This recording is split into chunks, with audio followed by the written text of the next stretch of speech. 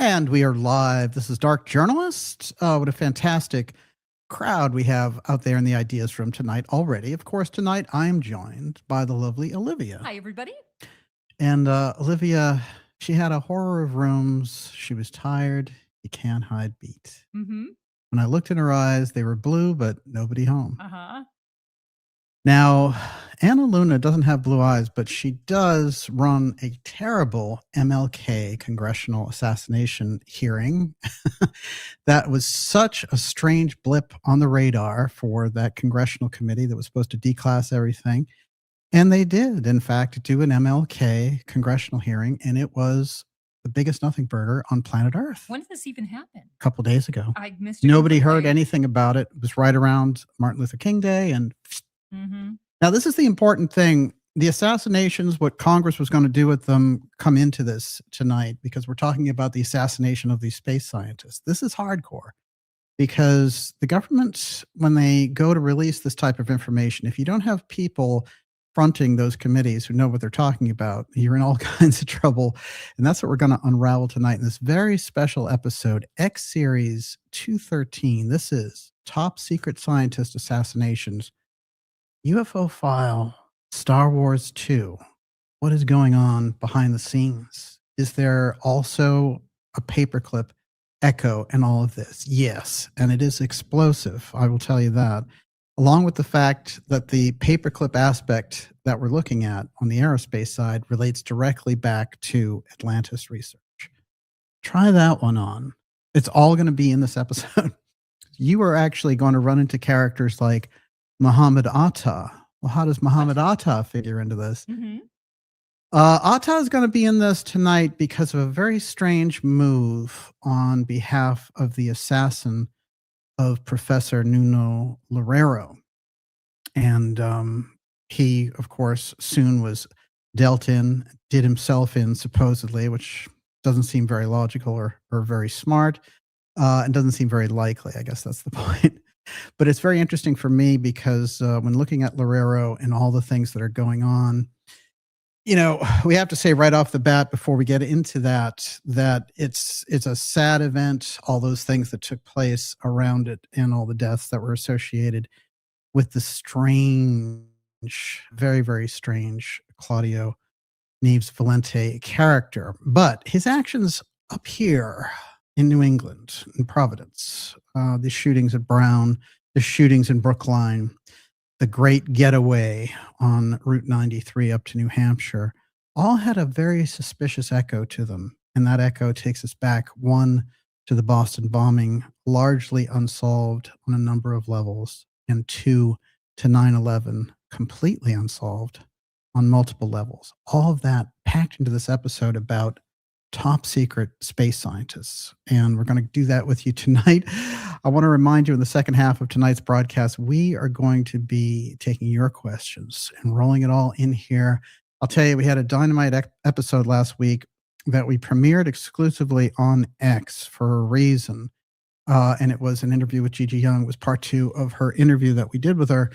And got a fantastic, fantastic response. We will have that in the member area as well, and available on X, but there were all kinds, and I mean all kinds of shenanigans going on in the background that really, you know, as far as the censorship was concerned, we gave them a jolt, and I think that worked. I think that it worked. So here we are. Miss Olivia, before I go any further, what do you got? James Martin says, we love Friday nights with the Mystery Gang. And Oki Yarvar I like that, says, Mystery Gang. Yeah, it's like Scooby-Doo. Says, DJ is the best here in the solar system. Well, I appreciate it. You know, I'll tell you what's interesting. There's this massive storm going across America for those of you who are expats somewhere else or in other countries. And what we're looking at with that is that it's going to pummel things from coast to coast. And of course, the pummeling here starts on Sunday night. So we're lucky to get this show in tonight. But the vibe around here, Miss Olivia, would you agree the panic has set in? Oh, absolutely. Yeah, it's incredible, is it not? And you can feel that vibe. Hostile is what it is. It's hostile, animalistic, and competitive. Exactly.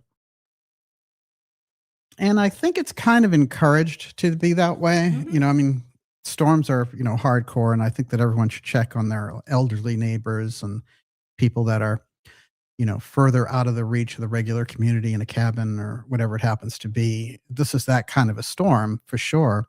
But the strange, overreaction, I guess I would say, is really striking me hardcore. But in Boston, we can handle a foot of snow. We've done it before. And I guess it has not happened, though, here in 4 years. And it has been kind of light. It has. And for me, what it brings out is all of these strange, different ideas of things that have gone on in the past. One of those things that took place that ties into our subject matter tonight was a very unusual thing that took place during the administration of Governor Deval Patrick, who everyone touted at the time as being the next Obama. I forgot about him completely. Deval, indeed. And, he had a promising career as governor. He was going to run for president, all this stuff. He disappeared. He went right off the map as soon as his governorship ended here. Now, what I will say is just before the Boston Marathon and the Boston Marathon bombing, a strange thing happened. One of these types of storms hit. And it was massive. And they said, you know what, everyone stay off the road. But a strange thing came with it. They said, if you don't stay off the road, it's a year in prison. That was unusual. Even for Massachusetts, that was unusual. But it stuck. And they had it out there. Nobody was on the road, etc. And he was in a weird FEMA bunker in Framingham, about 30 miles outside of Boston. And he called it MEMA, which was Massachusetts FEMA. They were testing something out, and they were running all kinds of unusual crews and vehicles. Nobody knew what was up. Now, as soon as the Boston bombing hit some 2 months later, suddenly the streets were crowded with tanks and were crowded with military equipment in search of these culprits of the Boston bombing that turned out on the official score to be the Zarnoff brothers. Now, the use of that military equipment, I remember very well because it was a weird thing to see, basically military tanks rolling down the streets of Cambridge. Not something you see too often, but it was a very mysterious environment. And then finally, one brother died and then the other one was caught on a boat. Now, here's the interesting thing in one of the suburbs around here. What grabbed me about all of that is during that period of time, there was a large-scale explosion at the JFK Library. And there was a major fire there. And everyone at the time knew it was related, and it was reported that way. However, what happened very quickly is they divorced that whole Boston bombing from the JFK Library bombing, which was peculiar enough as it was.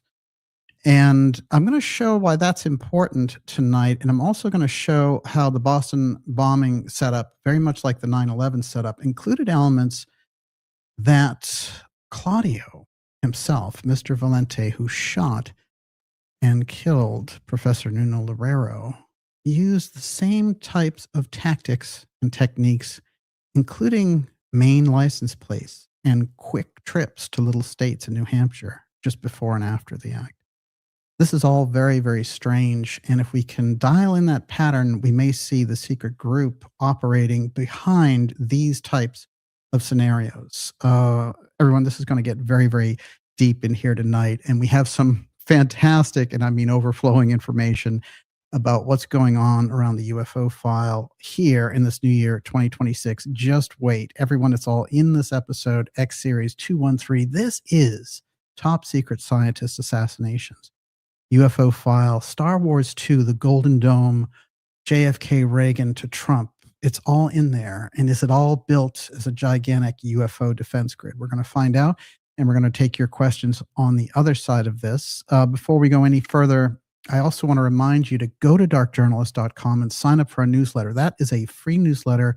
It keeps us in touch through the massive censorship that we're seeing, and which is particularly in overdrive at this point.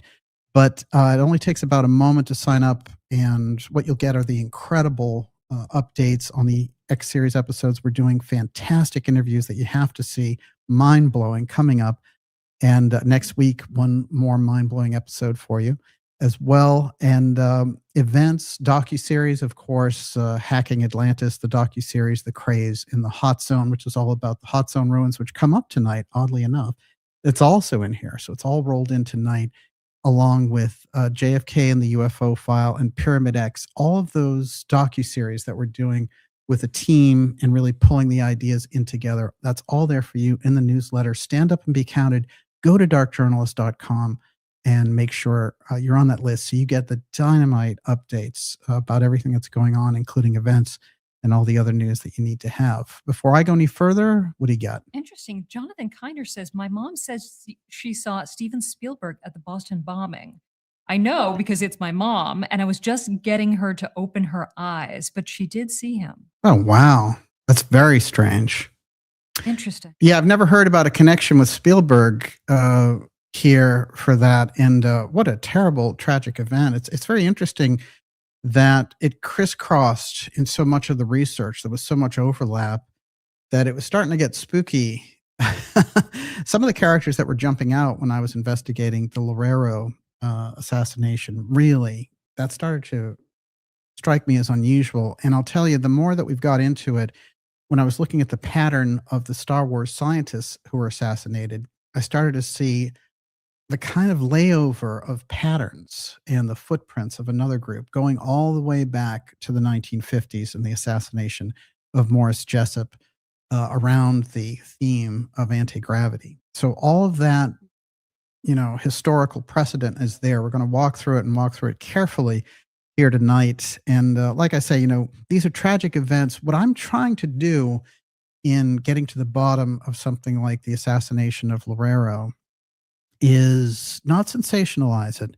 I've taken my time with that. The assassination happened over a month ago now, and I've looked at it. And so I want to, we've done the deep assassination episodes on this program because we come out of the milieu of Professor Peter Dale Scott, who we've had on the show a dozen times, and I've talked to and had those long conversations. And his work has really been a guiding light for me, really since the kind of college days.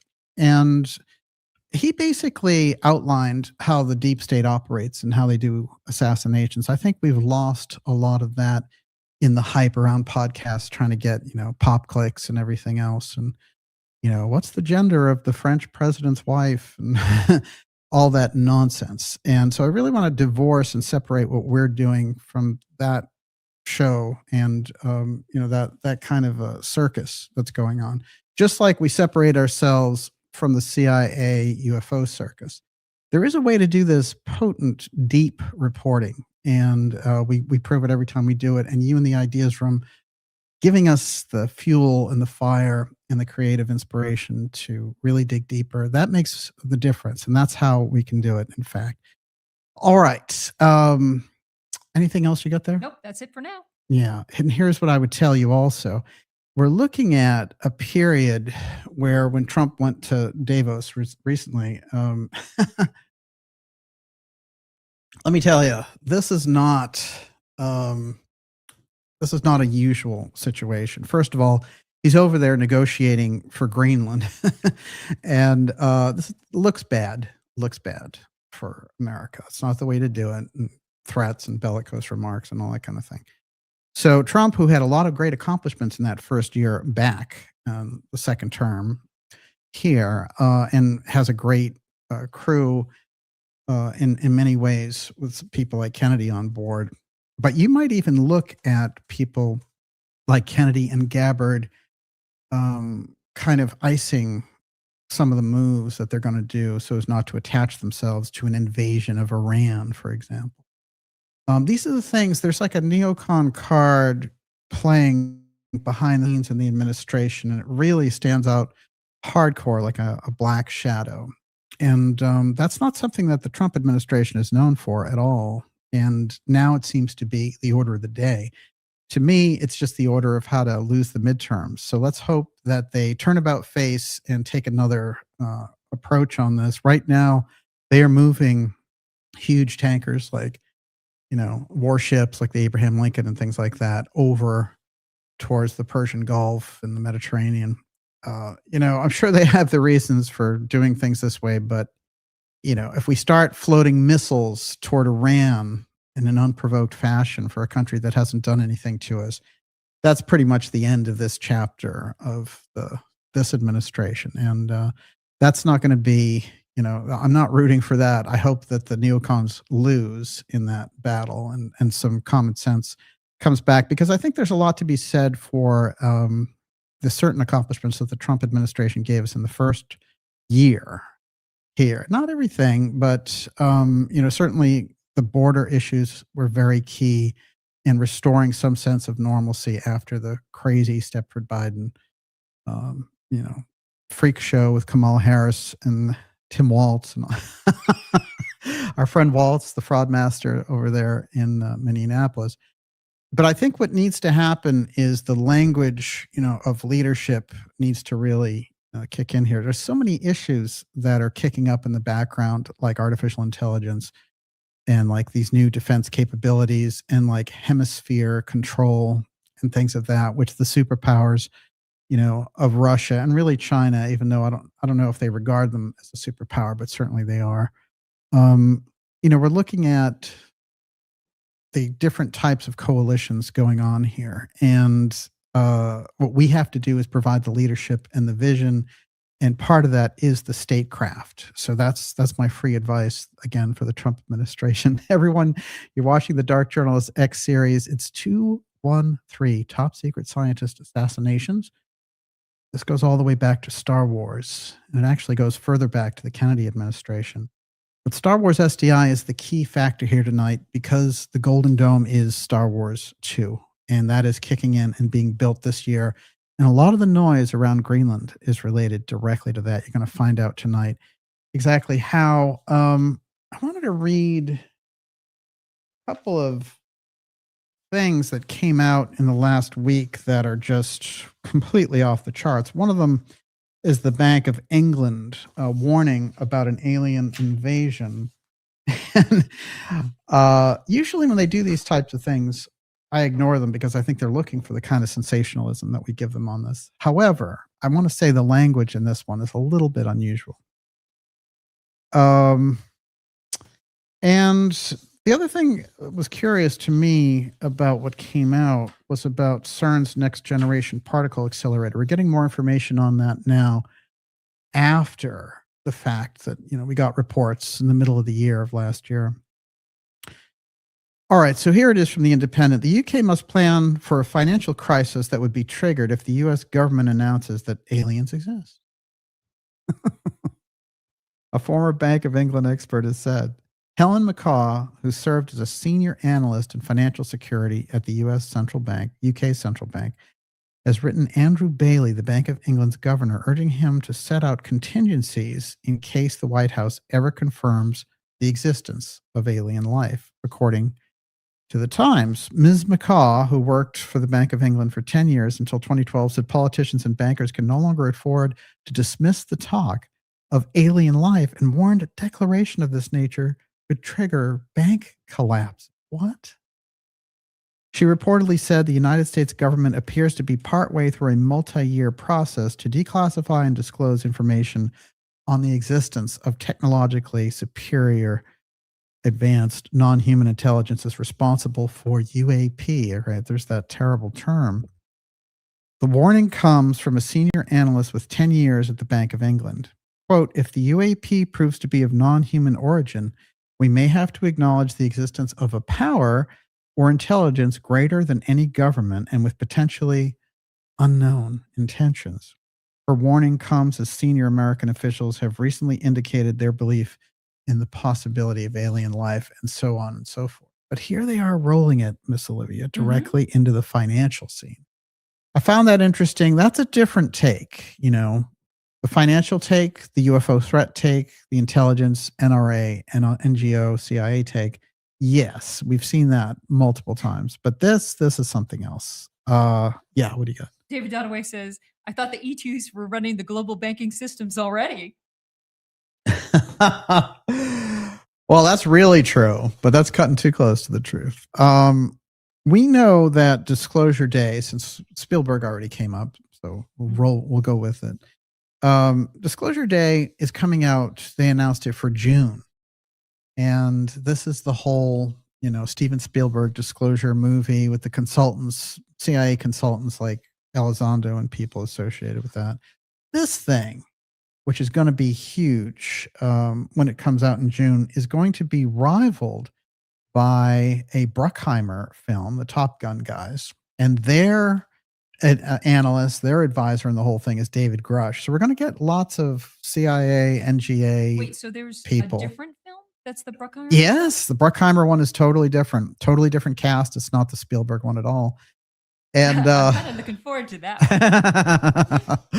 It's Grush's life history. And I won't do my Grush impression for this. This I thought was interesting. Look, they're learning how to do the dark journalist method right here. There is Levitt, and she is now learning. She does not need to show those digital slides. Look at this. Just print it out and show it to the press. That's what I do. That was a good time.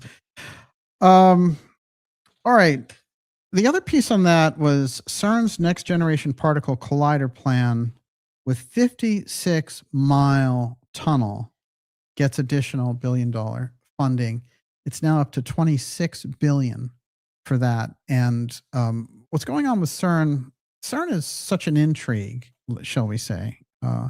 Represents, this particle accelerator searching for the God particle, how the universe was made, things of this nature. However, what we've learned about CERN is they've also been engaged in this interdimensional talk of we're communicating with other dimensions and things of that nature. Also, the warlike, defense-like quality of CERN is something that we've done multiple shows on. But a number of countries, for example, China, are developing their own because they realize the military application of what this thing is capable of. What I want to say is something like CERN 2, which is 5 times bigger with a 5 times as big of an area, means more underground tunnels, more pulling on the ionosphere, all the while we're doing all these solar experiments. I mean, things are getting to a point where they're getting outside the hands and the oversight of the ordinary populace. That's the concern here. And that's where I think, what we're talking about really comes into play, because you're getting incredible lack of oversight. And you have people now just sitting around saying, well, oh yeah, AI is going to make you so you can, sit on your couch forever. And you're going to have all these robots. There'll be more robots than humans. That's what Elon said at Davos. And I'll tell you this, when they asked him, oh, are there UFOs? He said, no, we haven't seen any. Yeah. I love that. Come on, with all those Starlink satellites, forget it. So you have 80 years of testimony. He's a liar. But I would say this, that there's a reason why he can't. He definitely is muzzled in that regard. But just, basically be quiet about it, because we know better. The other thing I will say is that, a lot of these guys live in a weird fantasy when they talk about AI. They're like, oh yeah, we'll get rid of your jobs and you'll be happy. Look, how about the next time you make a false AI promise, your sentence is you have to scrub floors at Wendy's for the next month. Maybe that would get them into more realistic language. I think that's a good idea, and probably good for their, moving center and sense of humanity. Nothing like a good, humbling experience of a regular job to get these people back on planet Earth. And I'll tell you, the contemptuous nature of it, when you think about it, when you really look at the number of things that are going on, mortgages that can't be paid, people who can't get jobs. And they're talking up there with this ridiculous, disconnected billionaire language about, oh yeah, it's all in the future. It's not going to be just, universal basic income. It's going to be universal high income. Yeah, because you can just sit around and make money. Well, in that case, I guess they can start signing the checks over to us now. Why not? Just direct deposit directly into my account. Come on, AI baby. What do you got? No, I agree. I love that right now. Right. Why wait? They're like, don't worry, 5 years, you'll be great and you'll live forever. Eesh. Yeah, I believe you. All right. Strange little thing. I'm going to come into this in such a strange way. We're going to start was a paperclip scientist who was very deeply engaged in our space program, who wrote a book about Atlantis, German Nazi here, reformed, and then died very suddenly in the 50s, writing an extremely potent book that I've gone over for a number of different details and found something absolutely explosive. But I'm going to read a strange review of his book when it was re-released by the New York Times. The review is, the re-release company was Times Books. Okay. Let's get this set up. At some point after Allied troops closed the Nazis' Peenemünde rocket research laboratory, and that was where all the secret projects were done, and also where I should say that John Warner IV came on this show and said that his grandfather, Paul Mellon, went in there and saw something incredible, which was as big as a football field and a half and saucer-shaped. And he was looking at it with these other groups who had come over there right after the war. So we never hear about that in the history books. What happened to that? They buried that one. Muck, the late Otto Muck, this is the scientist, the paperclip scientist, who's simultaneously in the paperclip space program aspect that we have going on over that becomes NASA, but he's also an Atlantis expert. And he is here among the group of scientists being sworn in to basically help us launch the space age. But he also wrote... What year is that? That is 1953. Okay. But he also wrote The Secrets of Atlantis, 1956. At some point after the Allied troops closed in the Nazis' Peenemünde rocket research laboratory, the late Otto Muck, who had worked there as an inventor, turned his mind from the lost glories of the Third Reich to the lost glories of the fabled continent island Atlantis. Mr. Muck applied his scientific training to the age-old task of proving that there really had been an antediluvian civilization in the mid-Atlantic on a giant land mass. Plato mentioned Atlantis twice, actually more, and although those descriptions are usually considered mythical, incorrectly in my opinion, Mr. Muck, like dozens of other Atlantis buffs before him, believed in its reality. Now, what's key here is not the snarkiness of the review from the New York Times, but it's that we have a Nazi advanced research scientist who we're taking over here, who's an expert in Atlantis. The corridor that this opens up is that not only did we get advanced scientific information from the Nazi scientific membership, but we also got advanced archaeological information from their research around Valhalla, the Atlantean original dream world of Atlantis. And them tracing back their own ancestry in this case brought us into this idea of the Aryan super race, etc., by distorting the work of people like Helena Blavatsky and others. And it's very interesting to note that when Rudolf Steiner, who started anthroposophy, was really, starting to reach people there, being from Germany, being in Germany, he actually was Austrian, and he brought forward so much of this information around Atlantis that they became, you could say, almost like occult rivals for him. They didn't like it, and so they burnt down the Gertianum. They got rid of that completely and set back his work rather dramatically. So the idea of getting to the actual truth, theosophy and anthroposophy, wasn't on their bingo card. They wanted something totally different. They wanted their version, the occult version of Atlantis that would suit their needs and give them the reinforcement of being the superior race, etc. The difference between Mr. Muck and other Atlanteans is that he is more intelligent and much better at presenting real scientific evidence. His strongest arguments grow out of the new wrinkle in oceanography known as plate tectonics. Some orthodox geologists have been using this powerful theory to show that upheavals on the ocean floor may once have led to a giant landmass just where Atlantis should have been. Mr. Muck combines plate tectonics with a disparate shower of evidence from folk art and even the peculiar spawning patterns of eels in the Sargasso Sea. Now, It's interesting because the Sargasso Sea is what Edgar Casey saw as that other island there. Then that's why it was so impenetrable, and that's where sailors would get tripped up, and it's kind of known as a sailor's graveyard in those days because it's very muddy. But Casey had attributed that directly to it being a piece of Atlantis at one point. So there is Muck lining himself directly up with Casey.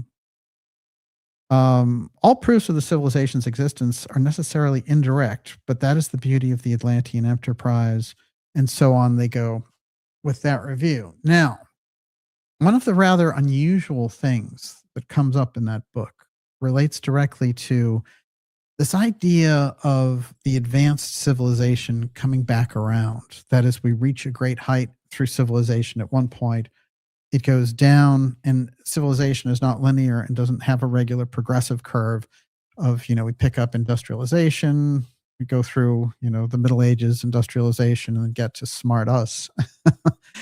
Instead, what we get is something a little bit different. It is, we go to great heights, and then we come down to the bottom. We forget everything, we build back up to great heights, destroy everything, come back to the bottom. And the pattern repeats itself over and over again. Now, that is a mystery school tenet. It comes directly out of the work of people like Steiner and like Edgar Casey. But it's unmistakable that some of the older writers associated with the Atlantis topic understood this. It's all about going to this kind of godlike state and then everything getting destroyed after the fact. And we go back into this kind of primitive caveman existence. So, but here's Otto Muck, very strangely, in the middle of our rocket program, on one hand, and in the middle of this deep Atlantean research. And he dies relatively young, 56.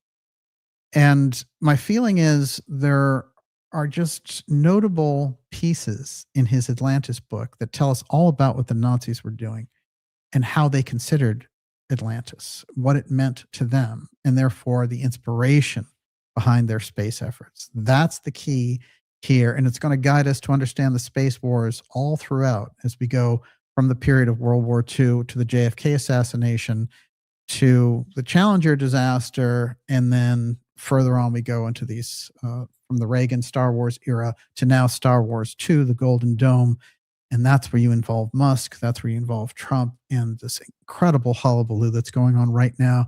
It's all going to be in this episode, and you're going to hear it all right here. Everyone, you're watching the Dark Journalist Show. This is X Series 213. It is Top Secret Scientist Assassinations, UFO File, Star Wars 2, and the Atlantis Paperclip connection. We're going to take your questions in the second half of tonight's program, and we'll go a couple hours with you here tonight. And I guess before I go any further, what do you got? I don't have anything. Well, no, let's go ahead. Go for it. David Donaway says many Operation Paperclip scientists had ties to the Ananurbe, Yes. A Nazi research institute that investigated archaeological and occult topics such as Atlantis.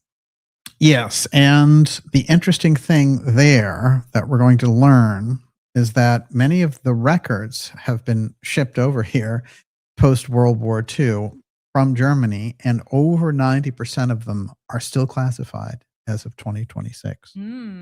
So the Nazis, by whom? the United States government. Under, what pretext? It's still classified top secret war information as far as they're concerned. Yeah. Okay. Department of War. It's not the DOD anymore. It's the DOW, baby.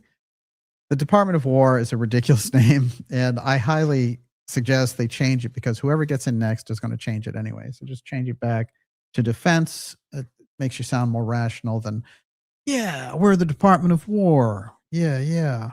I'll tell you why this is going to get really weird and really interesting. We're going to find someone who's a gigantic crisscross in the middle of all this, who is very interested in Atlantean research and then in the UFO file research. He's, again, crisscrossing between these two. And as we progress through these different scientific figures, we're going to end up at Loureiro and the strange plasma research he was doing. And it's going to relate back to a very interesting character indeed, who is in fact the president's uncle. And that might open up a lot more questions for us here tonight. Morris Jessup, whenever it comes around to this idea of somebody getting, bumped off through the efforts of an X-Protect group, which is a group I've identified, who throughout history has moved to make sure these types of disclosures don't come out. And when I studied the X-Protect group, I understood that they worked through the media, they worked through financial channels. And you know how we talk about this now, when somebody gets, off the reservation a little bit, they'll say like, oh, they cut off their money or they cut off their access. They did these different things and they live in kind of a digital gulag. Well, the way X-Protect worked was very much like that. They could just shut somebody's career down. And so the assassination part is in extreme cases. So when you see patterns of it and seasons of assassination, like we've identified on this show, on multiple shows and multiple occasions, and I want to say, it's a weird thing to call yourself an assassination expert, but from the study and from the conversations that I've had on this program with high-level people who've worked in government and people who've worked in covert programs, people who've studied those things. It's very important to understand how assassination is used, whether you're talking about the assassination of an entertainment figure, a media figure like John Lennon, if you go back into the past and look at figures like that, very high profile assassinations of figures like that, and rolling out the same familiar lone nut, Jack Ruby, Lee Harvey Oswald types, Sirhan, there's a string and a pattern there that was never resolved. And so it remains as this echo in everything when we come around this. So, and one of the things we did when the Charlie Kirk assassination happened is we did 2 complete episodes and then looking for more information to come out. And that whole whirlwind around Kirk was a gigantic disinformation campaign to push everyone in the wrong direction, to look everywhere but where they should be looking, which is to the deep state for these types of operations, because assassination is a skill of a certain type of intelligence group. We need to keep that in mind. So I won't go too much into the weeds with that, but keep that in mind as we go along. It's a method, and then you need to bring in the most skilled people to do it. It's not just a headline and a pop click podcast type thing. It's a real methodology that we've studied on this program. There's a whole legacy in the work, as I've mentioned, of Professor Peter Dale Scott. In the 70s and 80s, you had Mae Brussel, who understood how the government works. All the deep state researchers understand the government has black programs and black projects like that. The UFO people, there's kind of a fluff version of the government thing. And now that the CIA has shown up and said, we'll give you disclosure, all the UFO people are like, great, give me a think tank. So that's where they're off the reservation. And the deep state researchers, I think, look at the whole topic of the UFO file and they just like, it's too much of a circus. I won't waste my time with it. However, the UFO file is crucial because it's real. And the technology behind it is real. The things that are being studied are real, obviously. So therefore, we have a real problem there, a real bifurcation that's taken place. And you need the skills of a deep state researcher, not sensationalizers, not that kind of thing, a real hardcore deep state researcher. The people who understand the JFK assassinations, they understand the government actions against the populace. That's a totally different type of skill set. Without producers involved dangling endings and cliffhangers and things like that. We need that type of very careful study when we get around these types of things. That's how you'll understand a group like X-Protect, for example. So in the case of the UFO researchers, when it first came out as a major subject that the intelligence agencies couldn't hold back, which is really in the 1950s, even though the subject got all this attention in the 40s. By the 50s, you really have a lot of very skilled people on the trail, and one of those people was Jessup. Now, Jessup is a very interesting character because he's one of those characters who's almost had 5 lives before he becomes publicly known. This is somebody who had studied, had been a professor of astronomy. This is also somebody who'd gone to South America and studied the ruins of Machu Picchu. And he also ran a coffee company out of South America. He had multiple business interests and multiple interactions with high-level figures as well.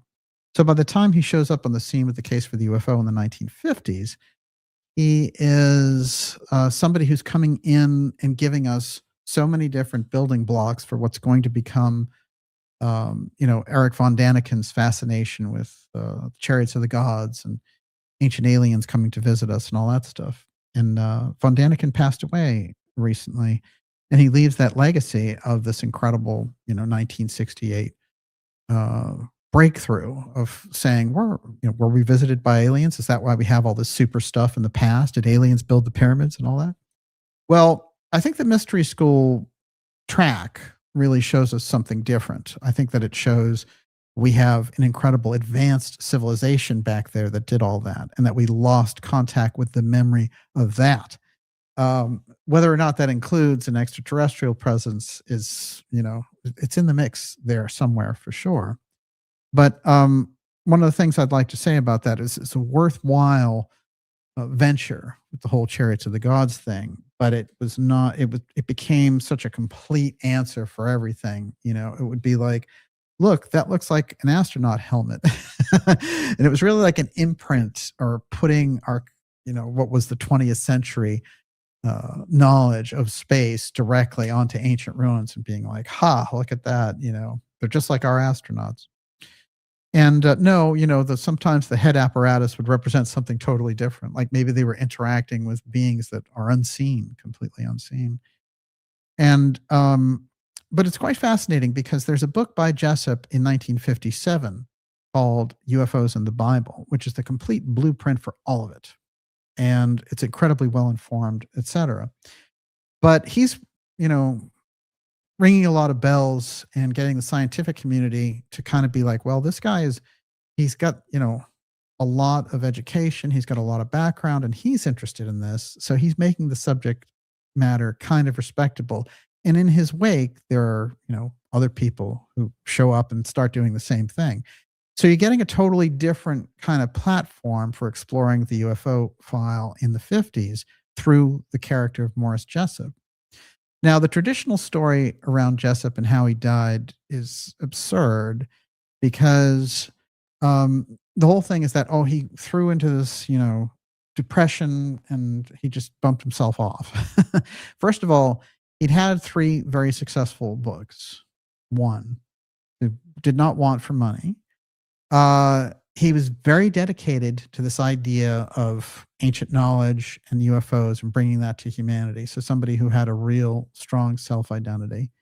2, he was on radio shows, TV shows, giving interviews. And, this is just somebody who had a lot to live for. Now, in looking into his personal life and all the rest of it, there's no like, I'm about to get divorced and my wife is leaving me and, she's taking my kids or anything like that. So that's missing.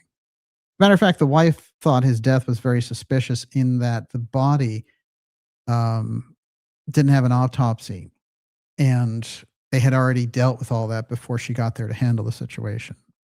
Now, there's something else that's weird about the Jessup case, which is the person that he was best friends with, and that is J. Manson Valentine. And J. Manson Valentine was a Yale oceanographer and, generally kind of a whiz in his field of study. And one of the things that he would end up doing would be finding the Bimini Wall and working with the daughter of Colonel Sanders to find the Bimini Wall ruins that Edgar Cayce predicted would be found in 1968. And in fact, Manson Valentine found them and had a very interesting career after that, in as much as he made incredible discoveries, but for some reason did not publicize them. Very, very strange. But in any case, Jessup had contacted him, and Jessup had become, through his final book, somebody who was on the radar of the Office of Naval Intelligence. And they got very peculiar fascination with him because they were looking at these books that had come in and they had all these annotations that were revealing the formula for anti-gravity and using Jessup's comments as kind of a springboard for it.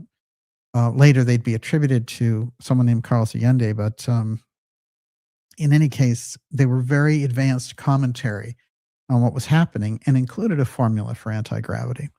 People on the Navy side said, whoever is writing this knows too much, and they printed their own edition of the book with the annotations in it. This thing is ping-ponging around, and I believe it's this that was making Jessup's life really miserable in that period.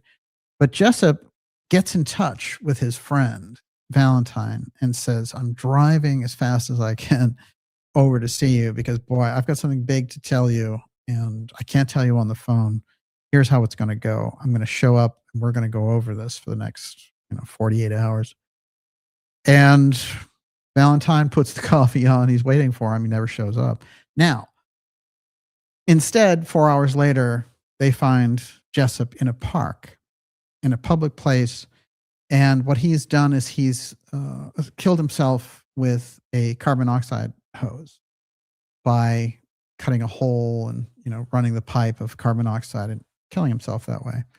Now, the officer who stumbled onto the scene said that he thought it was unusual because of how high profile the scene was. That is, it wasn't hidden away somewhere. It was in the center of a regular national park there in Florida and only about 20 minutes away from his destination to see Valentine.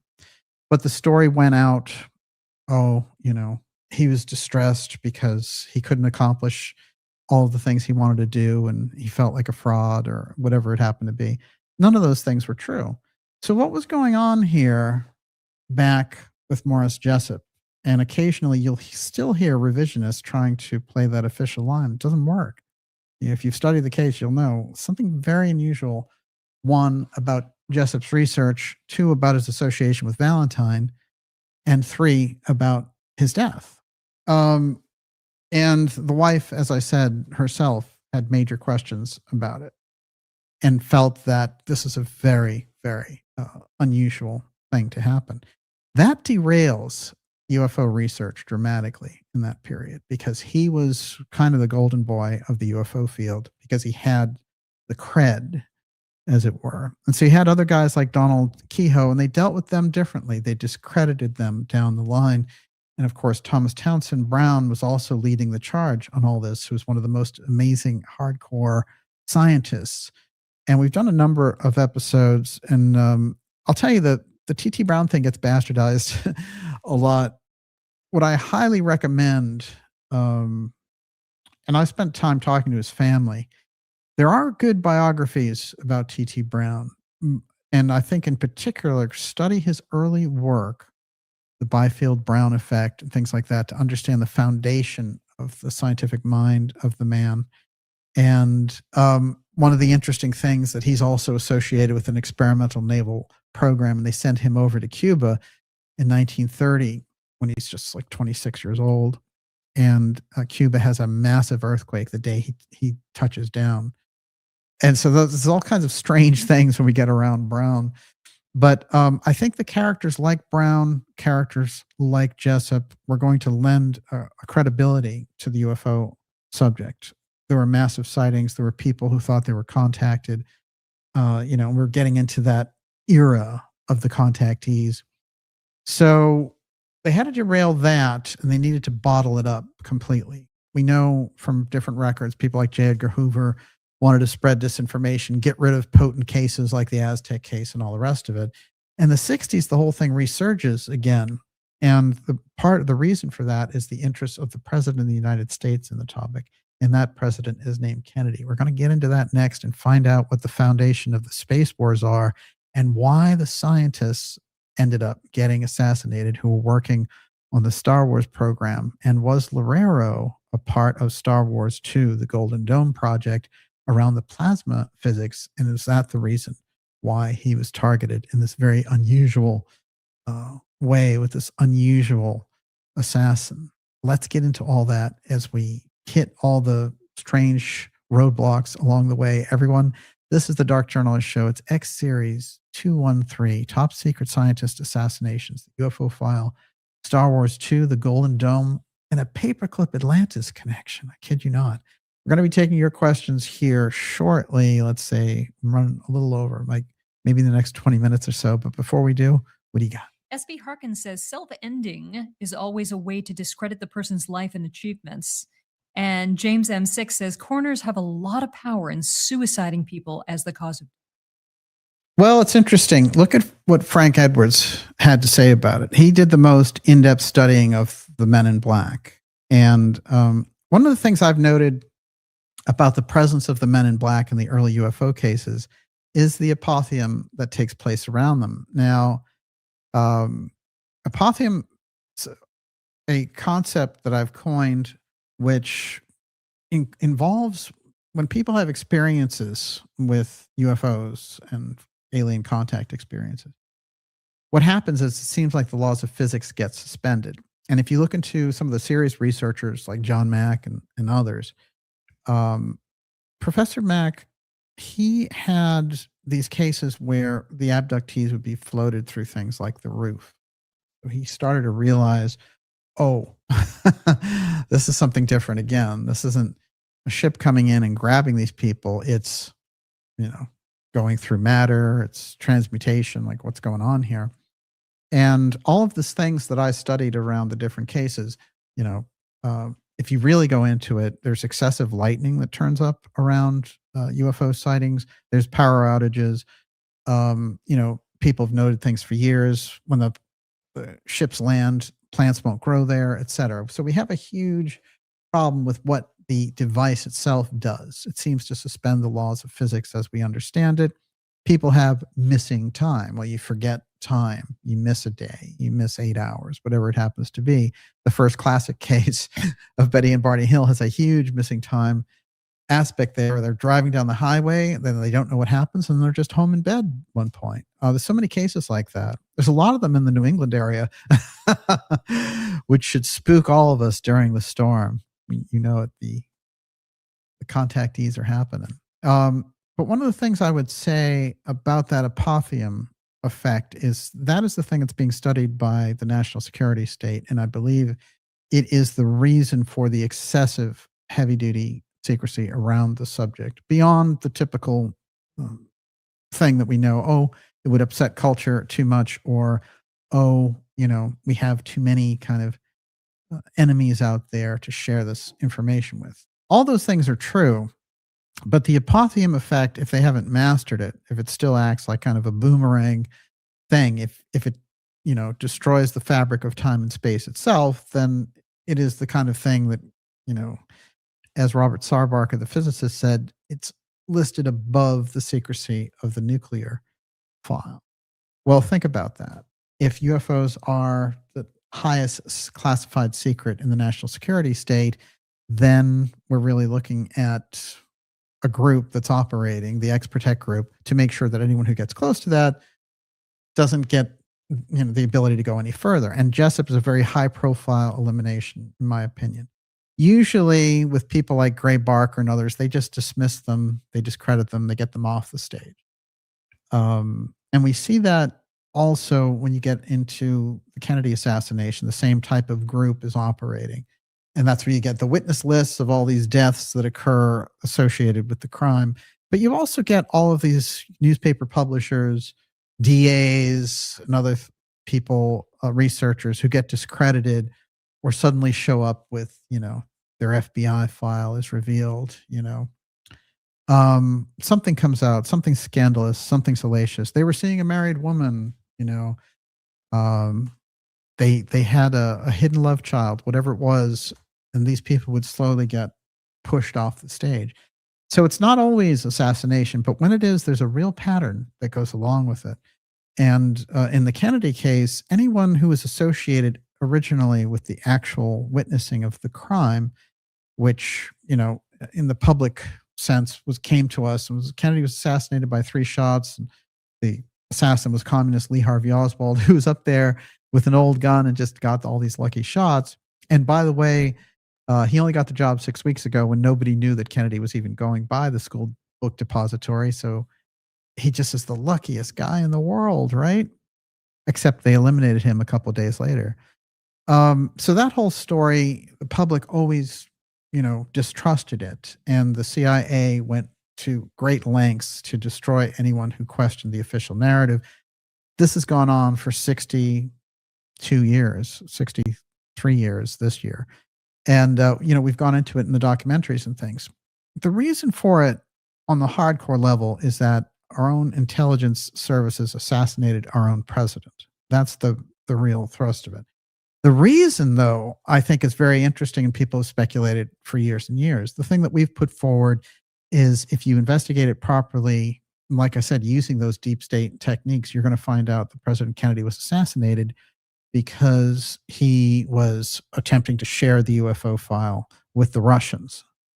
And that's on record now that he was trying to do this and that he was trying to do a joint moon mission with the Soviets. And that would have eliminated the space race, and it would also have given our enemies, to the people who are in the intelligence services and all the rest, looking at the Soviet Union and thinking they're the biggest enemies we have. All the Nazi paperclip guys are looking at this saying, we just killed 27 million Russians. Like, we don't want to share the UFO file with them. And so Kennedy becomes a national security threat for them in their mind, not in actuality. And so therefore, they move the program forward.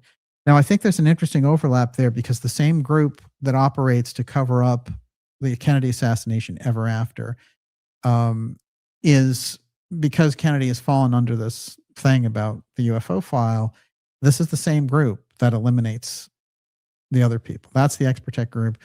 And I've pointed out that in the background in the national security state, you have the X-Share group. These are the scientists, politicians, researchers, military people who have wanted to get the truth out to the public about it for years and think it's too important for some greedy members in the government to figure out how to take advantage of the situation. So you have all that happening in this mix. And in the early aspects of it, you have NASA standing up as the hardcore piece of it.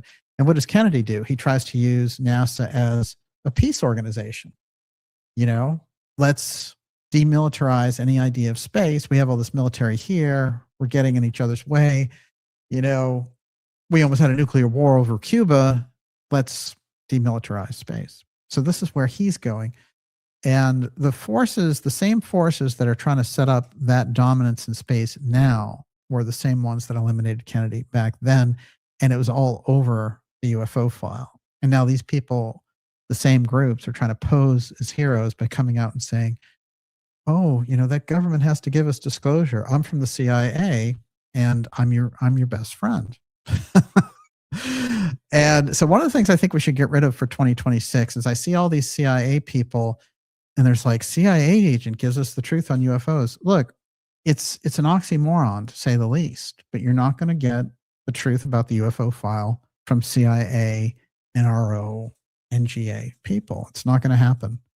And if they do decide to really, defect, they're not going to hold out with agent deals and all that kind of thing. So that's all the chicanery around the UFO file. And I saw them today and I was amazed. I was like, after all the shows I've done exposing this stuff,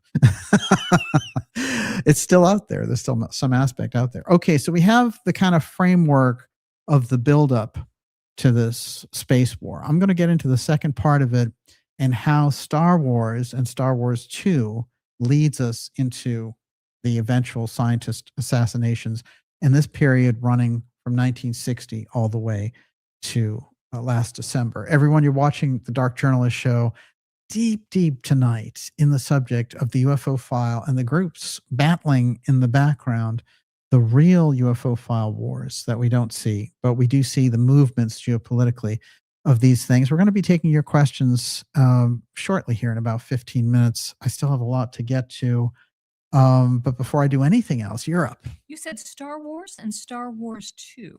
Yeah. What is Star Wars 2? What we're living through right now? That's the Golden Dome. So Okay. Star Wars is the nickname that Ted Kennedy gave to President Reagan's program. And that was the really hardcore program. He said, I want a shield. And he announced this in March of 1983.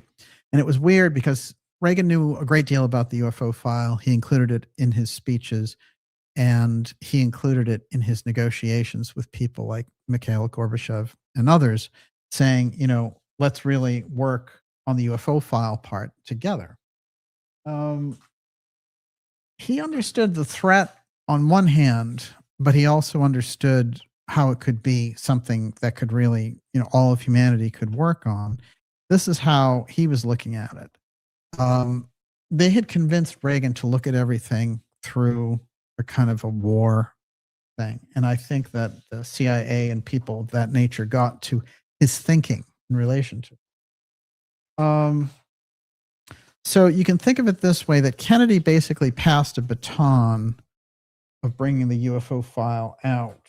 And by the time you get to Reagan, he knew a great deal about it. And his idea was, if you go deep into this, you're going to see that Star Wars not only was a program in order to block intercontinental ballistic missiles that would be coming in from Russia in the exchange of a nuclear war, which, if you go back to the period that Reagan is in the 1980s, that is all anyone talks about. It is all nuclear hype. And for good reason. There's incredible nuclear tensions in that period. And there's no, they're not having anything in the way of communication for the first 5 years of Reagan's term. There's no summits, nothing. Oddly enough, some of the guys who were running Russia in that period, they die very quickly. They get into office, and then a year later, they're gone.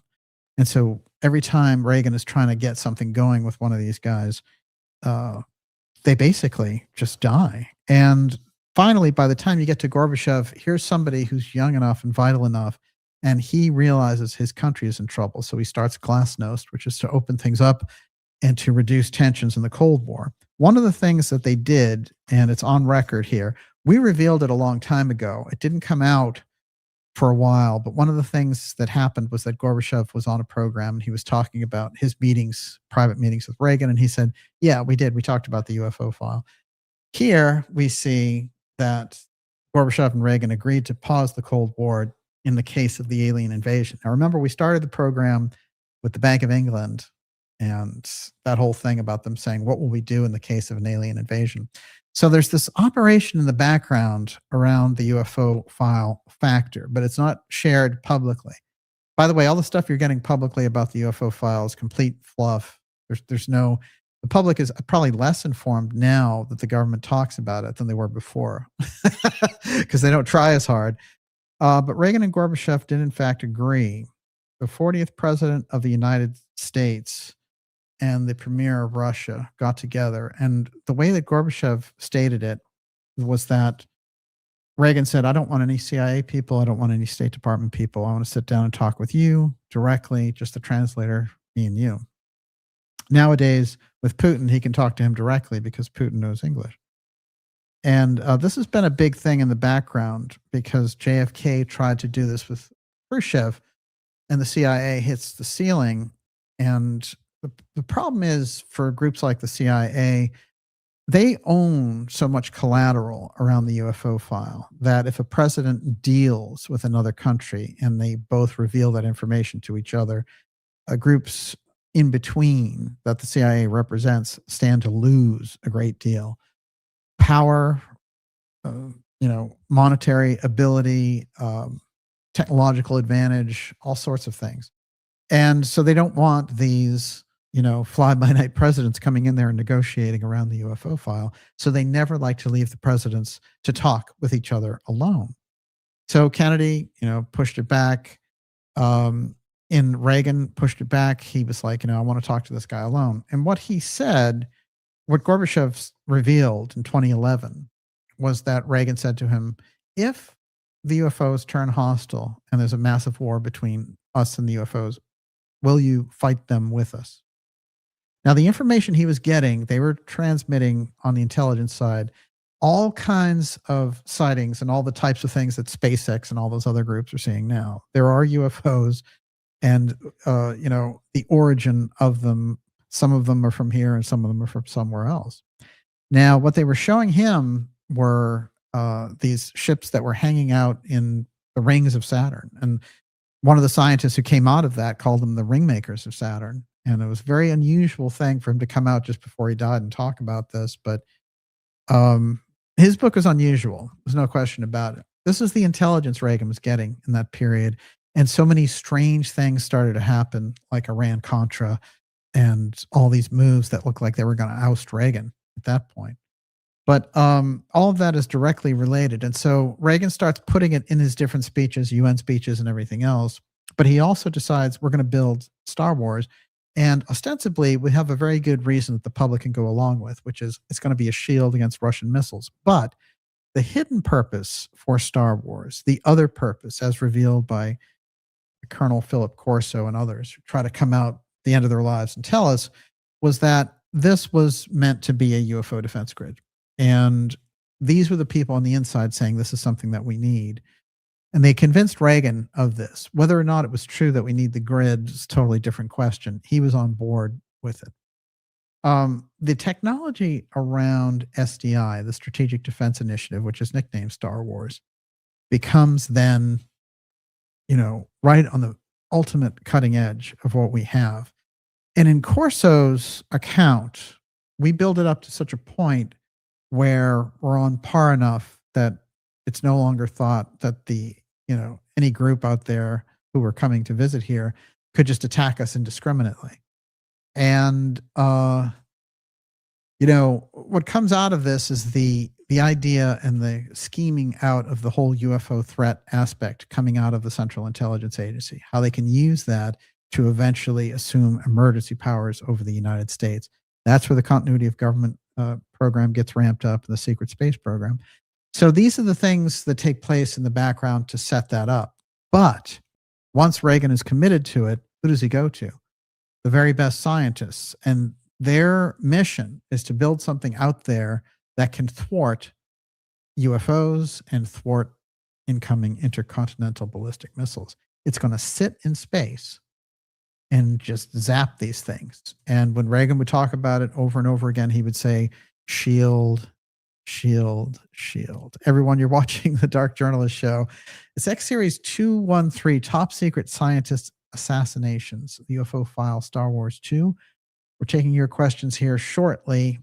Right now, I'm going to show you some of the deeper aspects of the program around Ronald Reagan's Star Wars and how it relates directly, even in the president's own words, to Trump's Golden Dome production, which is why you're getting all of these strange things about Canada and Greenland and all the rest of it. We're going to take your questions here shortly, I promise. And before we do, what do you got? Everybody is so smart in the ideas room. It's incredible. We've had multiple conversations going on, and I'm trying to follow all of them.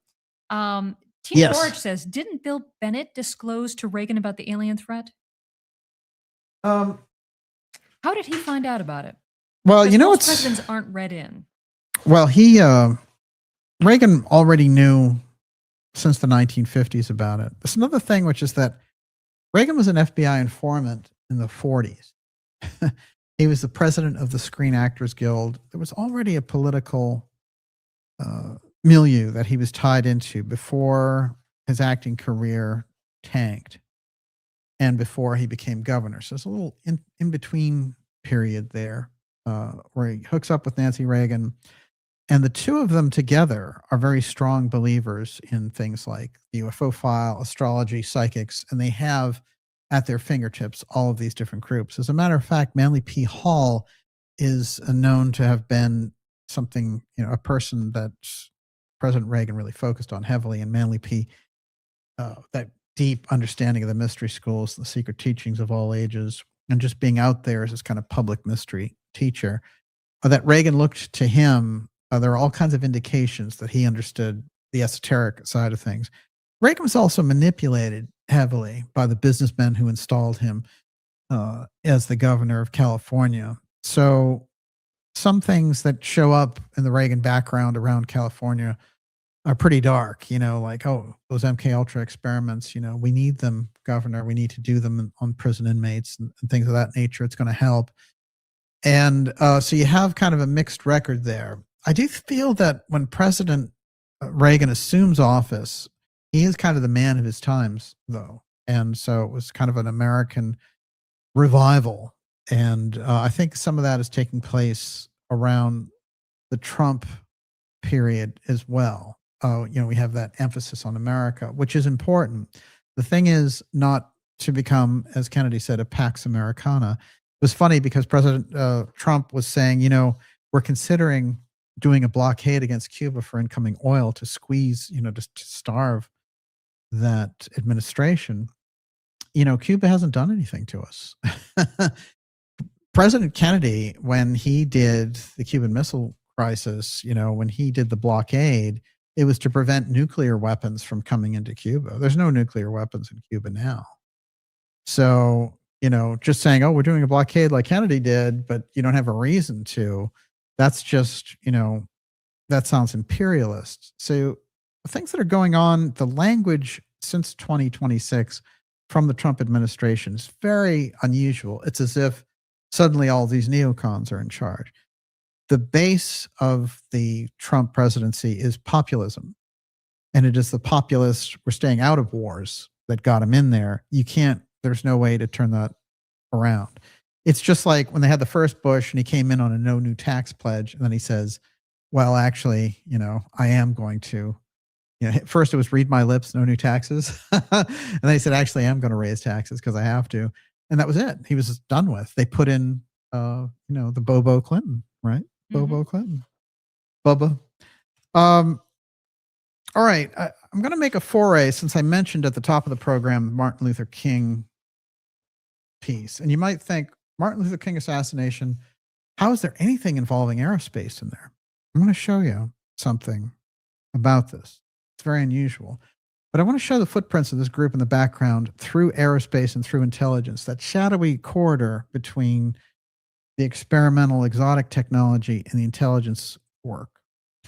So you have an aerospace engineer living in Montreal,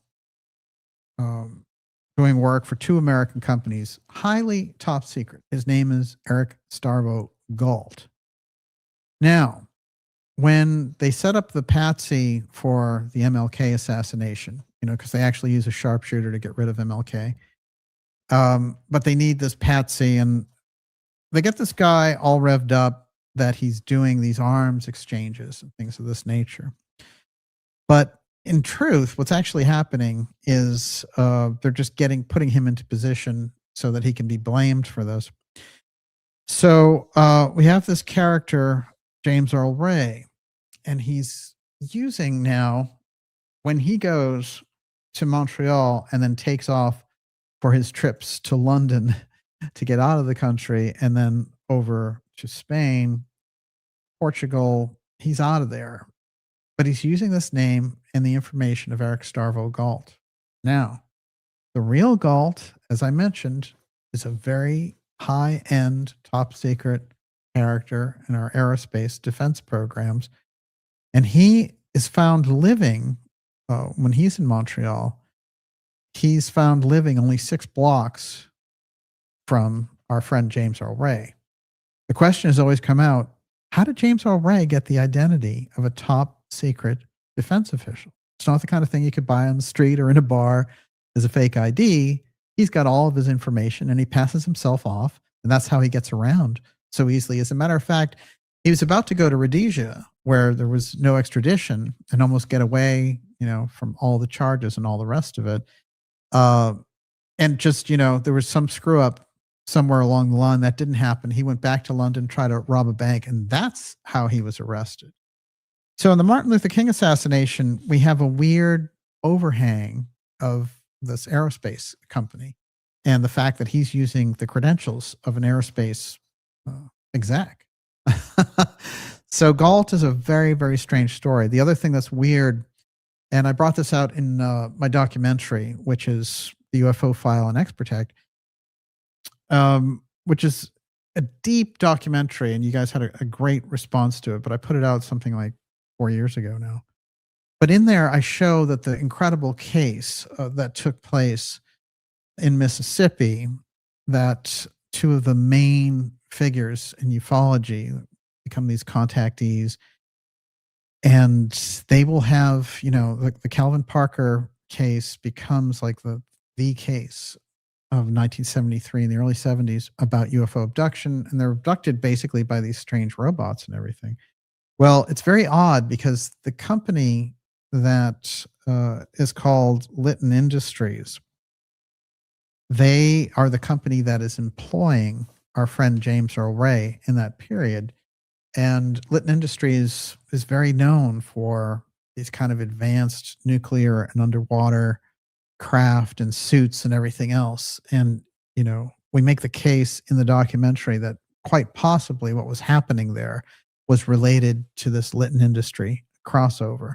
So there is a weird aerospace ring hanging out in that assassination as well. And I think the name Eric Galt, you'll find it very interesting comparisons we do in that documentary. Okay. So Star Wars is active as of March 26, 1983. They go for it. They're going to put this thing in space, and it's going to basically defend the homeland.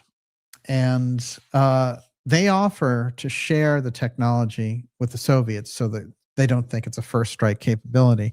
But there's something really weird going on there. So part of that conversation that Reagan is having with Gorbachev and Reykjavik is all about, let's defend the entire globe with this UFO grid, defense grid. We'll do it together.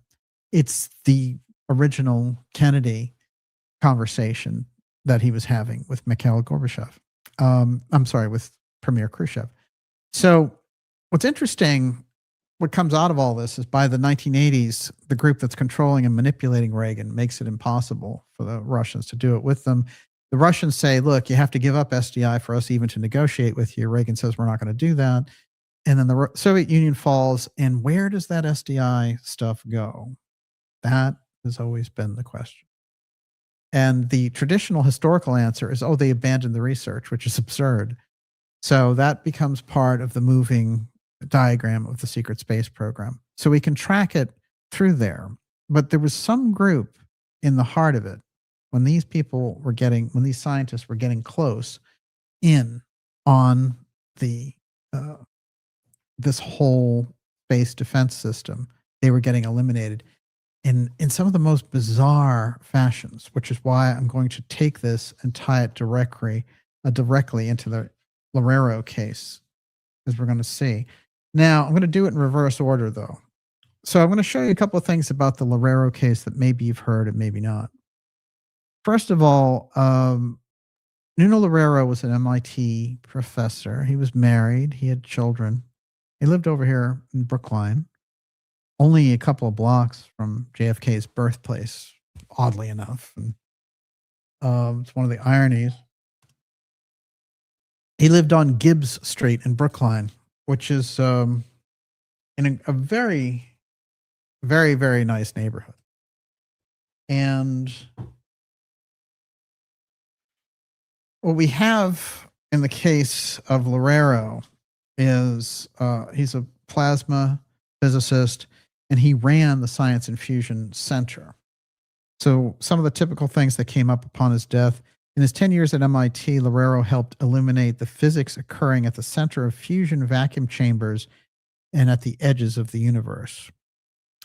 Now, one of the things that he studied, and it wasn't in his bio, but when I was reading through the different comments that people were making on his MIT page as condolences and farewells, they mentioned neutron star merger.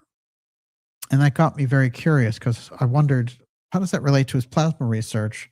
I'm just going to read you what a neutron star merger is, and we're going to get some idea of why maybe the story around Loureiro is just a little bit different than what we've been told. Neutron star merger? A neutron star merger. Wow. Cool. Okay. I'll make this brief. A neutron star merger is the stellar collision of neutron stars. When two neutron stars fall into mutual orbit, they gradually spiral inward due to the loss of energy emitted by gravitational radiation. When they finally meet, their merger leads to the formation of either a more massive neutron star, or if the mass of the remnant exceeds the Volkoff limit, a black hole. So it's a study. We're watching about how this process works. And it's relatively new study, by the way. The merger can create a magnetic field that is trillions of times stronger than that of the Earth in the matter of 1 millisecond. The immediate event creates a short gamma ray burst visible over hundreds of millions, even billions of light years. The merger of neutron stars momentarily creates an environment of such extreme neutron flux that the process referred to as R process, R-process, can occur. This reaction accounts for nucleosynthesis, and on down the scientific physics rabbit hole we go. What I want to take away for purposes of this presentation is he's working on something that is potentially so transformative that if you get a real leg up in the research, if you learn something, then you become kind of a database that needs to be erased potentially. So either someone on the inside is looking at you and looking and thinking, oh no, someone else will get the information through you, or you've tripped into their research field. You're a public professor, they're a black projects professor, and the two things don't mix. So what happens if we take that trail of thought for a moment is this guy becomes a target of somebody that he met literally 25 years ago. Now, the personality in question plays very much like an MK Ultra assassination stooge. And if you've looked at people over the years who fit that profile, this guy fits it. But I don't want to be too presumptive, so we'll go through it just as it is. And also the weird 25-year delay strikes me as odd. For example, there are all these reports that happened before this assassination. And what they say is, something terrible has happened at Brown University, which is a major university down there in Rhode Island, very close by to Boston. And someone goes in and he shoots two students who were associated really with neural studies, but it's somewhere around the physics program. And he unloads 40 rounds into two total strangers who are young, 18, 19-year-old students, promising futures. This guy just shows up and starts blowing people away. Then he takes off. Nobody knows anything about it. There's a manhunt on for this strange misfit. Who was this? Now, what we find out about him and how we even get to know who he is through the fact of a homeless person who was staying literally in a basement at Brown, basically kind of half trespassing. And he happens to notice this guy scoping the place out. That figure is John, and he's really in the heart of this whole discussion around the assassination of this MIT plasma science professor, because the person in question, Claudio, who's doing the shooting, he ends up, of course, going up to Boston after shooting the students at Brown and killing the professor who he knows from his days in Portugal when they were both engineering physics students together. Now, one of the things that caught me as strange about this is basically the information that John puts up in a Reddit post talks all about the suspicious stranger all around Brown University and how he even confronts this guy at a certain point and says, what do you want here? What are you doing? And he notices the guy's car, the guy's acting shifty. And the guy supposedly is going, dozens of times around the school. Seems a little obvious. So the whole thing is weird. Now, he puts up the type of car and the entire incident he talks about in this Reddit post. And I'll read the post before the segment's over. But one of the things that happens there is after the fact of him killing Nuno Loureiro, then they're able to use all this information.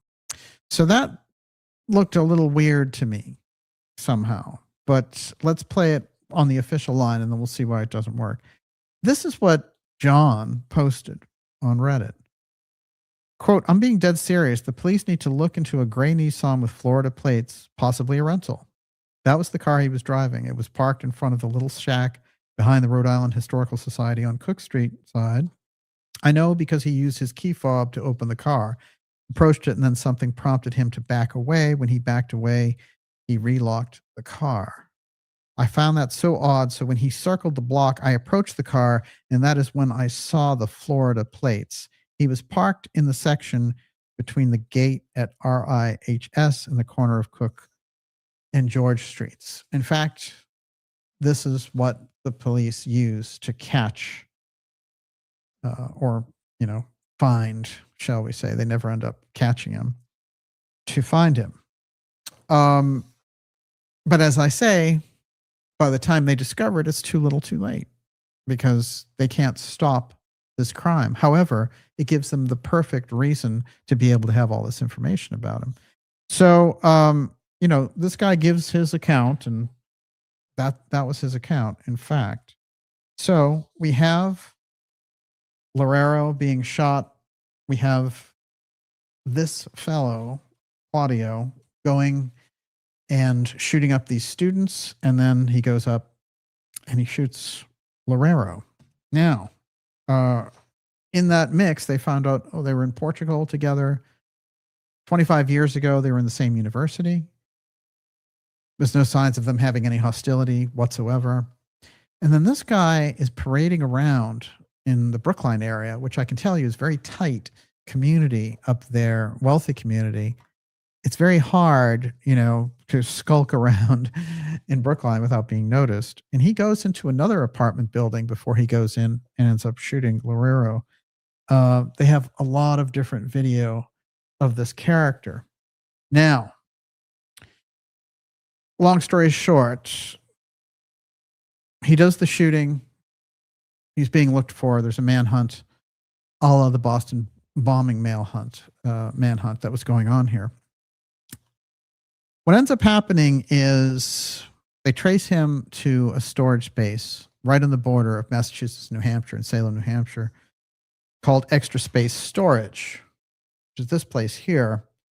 And they think, we're going to stake the place out. And the official story is they go into the storage space and his dead body is in there because he's bumped himself off. Now, I apologize for how graphic this story is, but let's go a little deeper with it. Now, and that's the shot of the outside of Loureiro's apartment.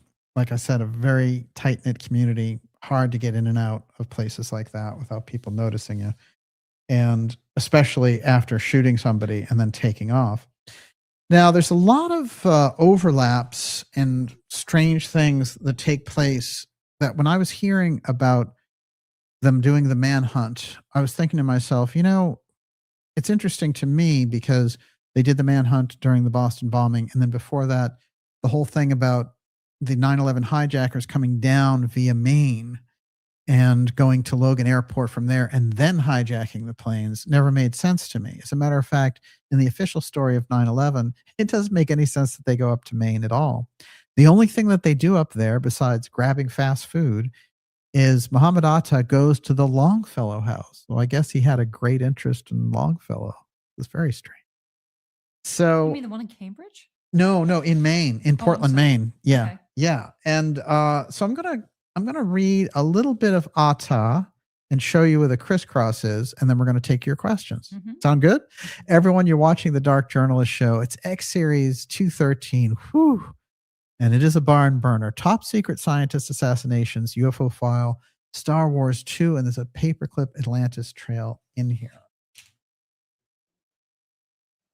Oh my God, so much. Okay, first of all, Tina Borch wanted to correct Miss Olivia. I checked; it wasn't Bill Bennett, but CIA Director William Casey who briefed Reagan. Well, yeah, but there's a thing that's true, and she mentioned Bennett. We didn't, but it is true. However, if you go back, it's funny because you must have had the intuition on that, because Kathy O'Brien mentions in her book that the education secretary talks to her about how aliens are involved with the government things of this nature. And that's all in her first book. Very strange. Wow. All right. Speaking of strange, let's stay on the Atta track here for a moment. This is Muhammad Atta leaving Maine on a plane heading to Logan Airport. Now, the whole thing is stopover, layover, you go connecting flight, whatever. They don't understand in the grand scheme of things because there's no benefit for going up to Maine, flying in. It's not like you get around any security or anything like that because they're going to run you through again when you get to Logan. So why was he in Maine in the first place? This is the question that we're going to ask, and it's going to get strange.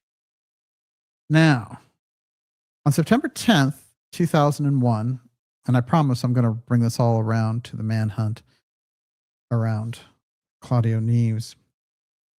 Atta picked up Neves Valente. Atta picked up Al Omari from the Milner Hotel in Boston, Massachusetts, and the two drove in their rented Nissan Altima. Now, there's a Nissan again. Oh, that was very strange. I'll tell you what's weird, too, is that our friend here, Claudio Valente, changes his plate from Florida to Maine.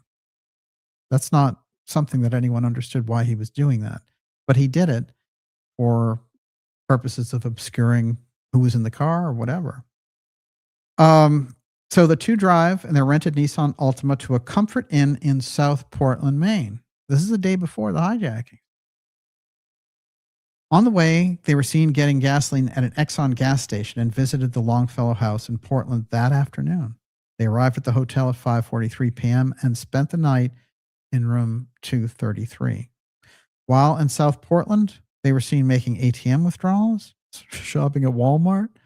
The FBI also reported two Middle Eastern men were seen in the parking lot of a Pizza Hut where Atta is known to have eaten that day. Got to get that Pizza Hut in before the big hijacking. Atta and Al Omari arrived early the next morning, 5:40 a.m., Portland International Jetport, where they left their rental car at the parking lot and at 6 a.m. boarded Colgan Air U.S. Airways Express flight to Logan International Airport in Boston. This is the flight that's going to be hijacked when they get to Boston. In Portland, Muhammad Atta was selected by the computer-assisted passengers pre-screening system, which required his checked bag to undergo extra screening for explosives, but involved no extra screening at the passenger security checkpoint. Now, listen to this little oddity about the Atta story. First of all, we have him doing that strange trip up to Maine, one. Two, we have him coming back with this connecting flight hopping stuff, which is also weird. This is the day before the shooting that he drives up there and then he's flying back. Atta's father vehemently denied and rejected allegations that his son was involved in the 9/11 attack, and instead accused the Mossad and the United States government of having a hand in framing his son. Atta Sr. rejected media reports that stated his son was drinking wildly and instead described his son as a quiet boy, uninvolved with politics, shy, and devoted to architecture. The elder Mr. Atta said he had spoken with Muhammad by phone the day after, on September 12th, 2001. He held interviews with the German news magazine Bild am Sonntag in late 2002, saying his son was alive and hiding in fear for his life. Now, regardless of how we want to think about the story of Muhammad Atta and the 9/11 story, which was always ridiculous that bin Laden sent them over here and that the entire United States air defense system, which had been built up to prevent a nuclear war from happening with the Russians, was going to be, subverted by some guys with box cutters, never made any sense, of course. The case itself was absurd, the way they identified the hijackers, because just before they flew into the building, apparently, their passport came out of their jacket and landed on top of a pile of rubble there. And an FBI agent just happened to be going by and say, well, what is this? I mean, this is the actual story. Not to mention the Pentagon aspect of the planes flying into the Pentagon, where Donald Rumsfeld comes out of the Pentagon holding somebody on a stretcher. First of all, there's protocol that when you're under attack It's a war type situation. The Secretary of Defense can't do that. So, and there's never been any pictures of a plane through the Pentagon and all the rest. And from the whirlwind of different research around 9/11, we know that the story staged. And it is a deep state operation. And the work that I point everyone to is Professor Peter Dale Scott's effort around this. What he describes the hijackers as, he calls them 19 Lee Harvey Oswalds. They are the designated culprits. So it's very interesting to me, regardless of the predispositions we have about the case, the fact that his father is saying that he got a call from him the next day, it's quite remarkable in any case. Did anybody ever follow up and see what happened to the father after he said that? There's not much here except that later he would say, my son is gone. He's now with God. The Mossad killed him. Whoa. Now, we have he never applied any evidence for that, but this is what he had to say. Mm-hmm. In 2021, the 20th anniversary of the attacks, Atta's mother was interviewed by a Spanish newspaper, El Independiente, and his mother, age 79, denied her son's involvement in the attacks and said that she feels he is in Afghanistan. So the winding road, there are, Professor Scott points this out in American War Machine and the Road to 9/11 books, that there are hijackers who immediately after the list is announced, here's the 19 hijackers, some of them are in Spain and they say, well, that's not me. What are you talking about? I'm not that person that you're listing. So this never gets resolved, even with the 9/11 commission and everything else. But what we do understand and what we do learn is that COG, the Continuity of Government Program, becomes untouchable because the commission people can't talk about it. They can't reference it, nothing. You can't get into it. The only thing that they can say is that so-and-so went into the COG bunker. And after the 9/11 attacks, we get the emergency powers piece, which every president signs on to with every national, every NDAA that goes down every year, the president has to sign on to it. Doesn't matter if that president was Bush or Biden or Obama or Trump, they all sign on the dotted line. So we're still under the September 11th emergency. That's why continuity of government is so important when we look at these things on the consideration level. Okay, so their overlap, I think we've shown some weird overlap with Maine there. But now I'll get to the piece here regarding Loureiro. What else have you got? Sorry. Responding to something. Nothing yet. Oh, no, go ahead. Oakham 5 said, Permindex, anyone? Where does this fit in? Well, Permindex, is at the heart of a number of assassinations, and they get exposed a little bit during the Garrison trial through authors like Paris Flamand, etc. But they're such a powerful fascist international influence with bases in Italy and bases in Montreal.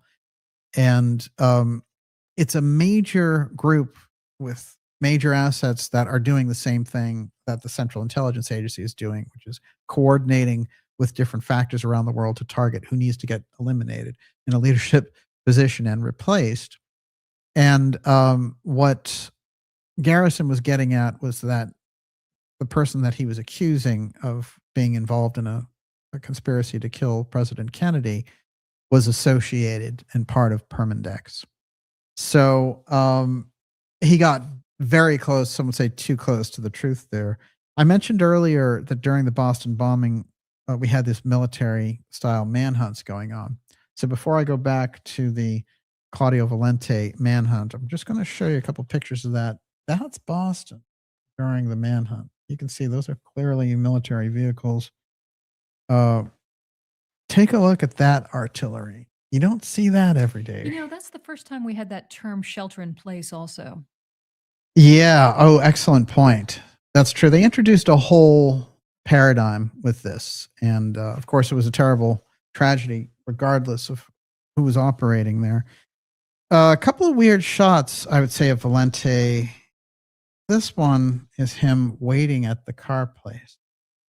And again, that kind of vacant stare, you know, he's under orders. He's getting his command orders from somebody. For all we know, they're saying, hey, come up and meet us at your, you know, storage space, and we have your flight back to Portugal or whatever. He goes up there, they bump him off, and they leave him with some very unusual materials, including a video where he supposedly talks about what he did. We never get to see that video, but there are references to what the contents are in police reports, and they're a little bit pat for my liking, but let's see. Trump cited in Brown and MIT shooter's confession video. That is the story here. Let's see what happened. Very odd. So we know that Loureiro graduated in 2000 from Instituto Superior Técnico in Portugal's leading engineering school, according to the MIT faculty page. That is where they're telling us that he met Valente. That same year, Valente was dismissed from a position at the Lisbon-based university, according to an archive termination notice signed by the school's president. There's no reference to them and how they knew each other, though, except that they're both at the same school. So maybe they were just fellow students, knew each other on site, that kind of thing. Investigators have not identified a clear motive linking these past events to the shootings, and Valente did not explain why he targeted Brown University or Loureiro decades later.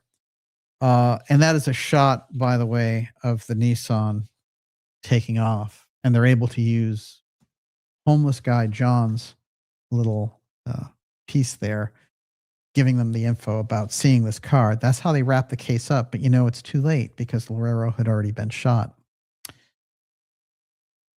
Loureiro's research at MIT advanced scientists' understanding of plasma behavior, including turbulence, and uncovered the physics behind astronomical phenomena like solar flares.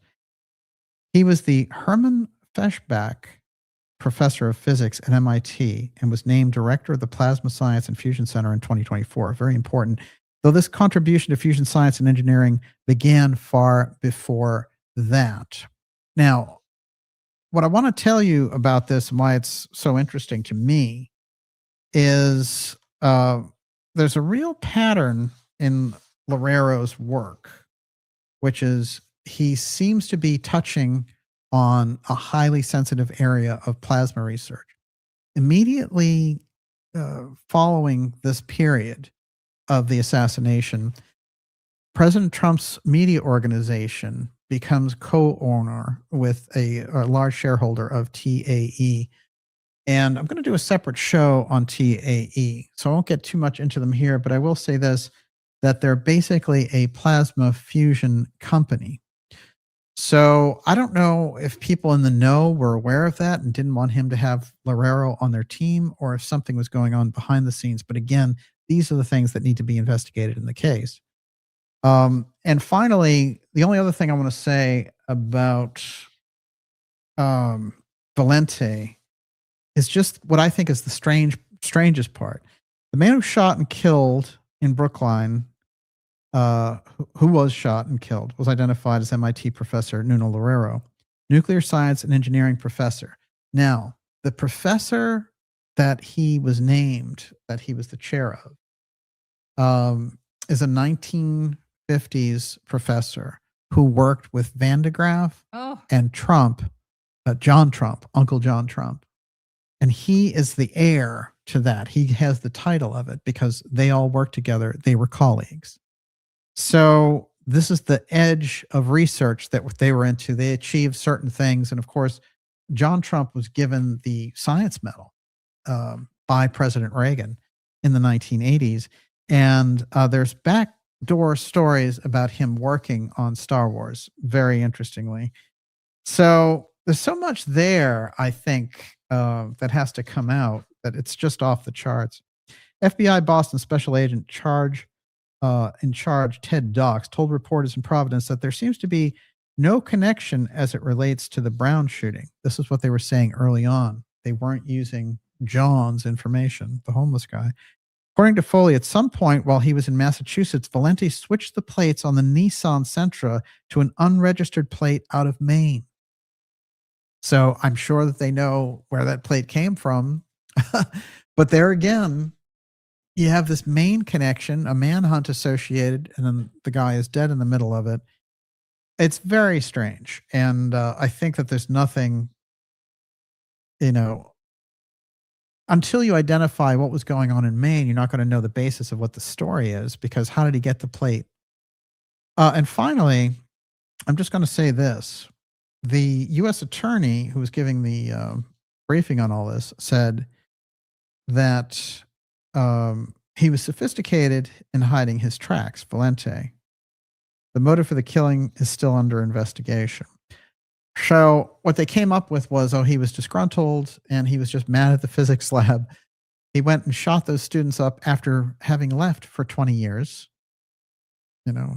He wasn't even in the country. So you have a missing piece there from 2003 to 2017, which they haven't really explained. He's in Miami. Again, it's Florida, like the 9/11 hijackers. He goes up to New Hampshire when he's on the run. He's got Maine plates like the 9/11 hijacker people coming down. So my suggestion is very simple, that there's something in that corridor and in these stories that connects Florida, Boston, New Hampshire, and Maine, and possibly Montreal, in this corridor around these crimes, which bear the footprints of this invisible group. And somehow it relates to deep events like the 9/11 case, the Boston bombing, and now the Loureiro assassination, which falls directly in line with the space scientists. Yes, Miss Olivia. Ogun 5 again. Successful scaling of fusion tech is a critical part of having any chance that astrophysical effects of this latest magnetic reversal / pole flip can be significantly minimized. Yeah, this gets interesting into interesting territory also, which is the whole pole shift and becoming aware of the pole shift. Now, I'm so pleased when it's referred to as the pole shift instead of geophysical event, because I feel like geophysical event has been kind of commandeered as a marketing term or something. But it's the mystery school work from the Casey Foundation, anthroposophy, and everything else that talks about this pole shift and how humanity will have to deal with the pole shift. I almost flipped my phone there. Pole shifted the phone. And now when we look at this, it's quite interesting because to me, they were trying to warn us back there in the 19th century and the 20th century that this thing is coming in and it's a major change for humanity. But guess what? Atlantis went through it. They raised a major technological society and boom, the poles shifted and a number of things took place. They ended up destroying themselves. So, but when we get around this idea that the study of plasma research and the types of things that he was doing relate directly to this massive magnetic flow, then I think we're getting in the territory of being right. So you know what I'll do, Miss Olivia, is I have more here, but I'm going to throw the questions to you now. We get those rolling, and I'll just punctuate it. I wanted to remind you that a client of mine said that, whose daughter is going to school in BU, said that her daughter's friend, who lives in Boston, the cops in her building had roped off an apartment where they said that that assassin actually was living. Oh, so that's right. That is right. Yes, that's very interesting. I'll tell you what's weird too. When I was going through the research on Valente, that originally they had somebody down there in Rhode Island that they had cornered in a hotel, and they were like, "This is the guy," and somehow they got off on a different track. But that is interesting. But the other story of him having an apartment in Boston makes total sense. Where was this guy after all? Yeah. Humanara says, what does DJ think about the case of Ning Li, the Chinese-American physicist known for her anti-gravity research, who just so happened to get run over by a car in 2014 at the University of Alabama? Yeah, it's very strange. I have this section on the pattern of deaths of the SDI scientists. And we know that scientists, it is a risky profession. There's that classic story of Einstein going to visit Caltech And, he's observing the gigantic Akhenaten that they've put on the building there and the whole wild case. We did an episode on it called The Sun King, which is all this is in there. But what I found fascinating about it was that while he's there visiting, they, kind of do a hit and run thing on him. And they basically he tumbles over and he avoids them. But of course, there were assassin teams trying to take out people like Einstein and others. It's a very risky profession. There's no question about it. And between the blackmail, the surveillance, and then, in the case of the Iranian scientists who were doing the nuclear work, we know there was Israeli teams that were just set up there to take them out. It was just like, week after week, you'd hear about these Iranian scientists getting taken out because in that part of the world, they didn't want Iran to get a nuclear weapon, as the United States showed by bombing their facilities. But, it is interesting when you get into it.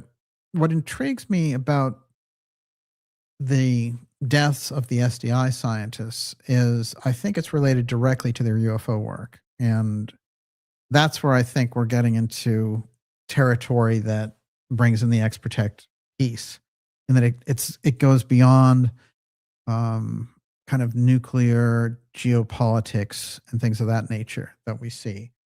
I separate these out a little bit. So I'll read you just a little opening on this, and then we'll take the next question.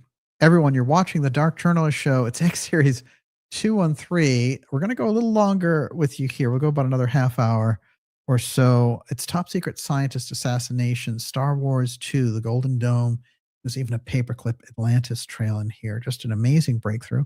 We're going to be taking your questions, and I'm just going to set up the SDI scientists piece a little bit deeper now as we go into it. We've given you the outline of what was going on, and we've given track back with Loureiro. Now let's see what happened directly to these scientists.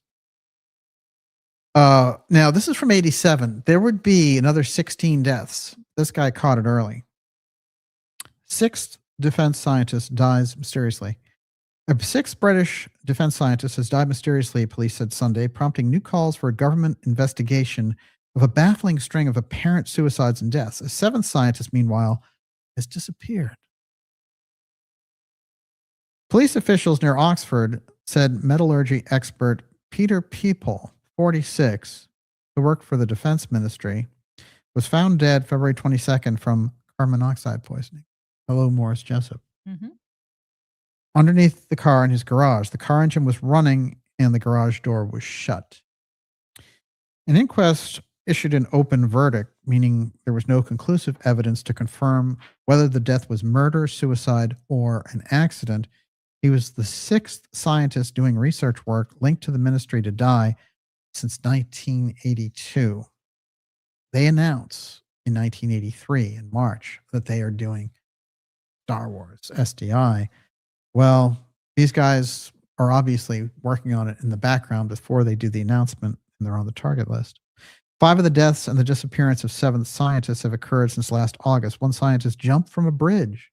A second hanged himself from a tree. A third loaded his car with gasoline cans and then crashed into a wall at high speed. A fourth died in a car crash, and the fifth of unexplained causes. The main guy, the top guy in the whole program, who was British and who was the liaison between the American scientists and the British scientists, he electrocutes himself using his teeth filling. These are the types and the levels that we're seeing over there. Miss Olivia, if you caught that. Mm-hmm. Member of Parliament John Cartwright, a spokesman for the centrist alliance of the Social Democrats and Liberal Party, last week called for an inquiry into the scientist's death. He called people's death worrying. Yeah, you could say that again. There's going to be 16 more. Grounds for concern and calling for a renewed police investigation. Home Security Douglas Hurd, the country's top law enforcement officer, has ordered police to exchange notes on the deaths, but said there will not be a government inquiry. So they could have saved the whole group there. A month later, Ashad Sharif, 26, a Marconi computer expert. Marconi is the major company in England that was working on Star Wars. Marconi will become part of British aerospace.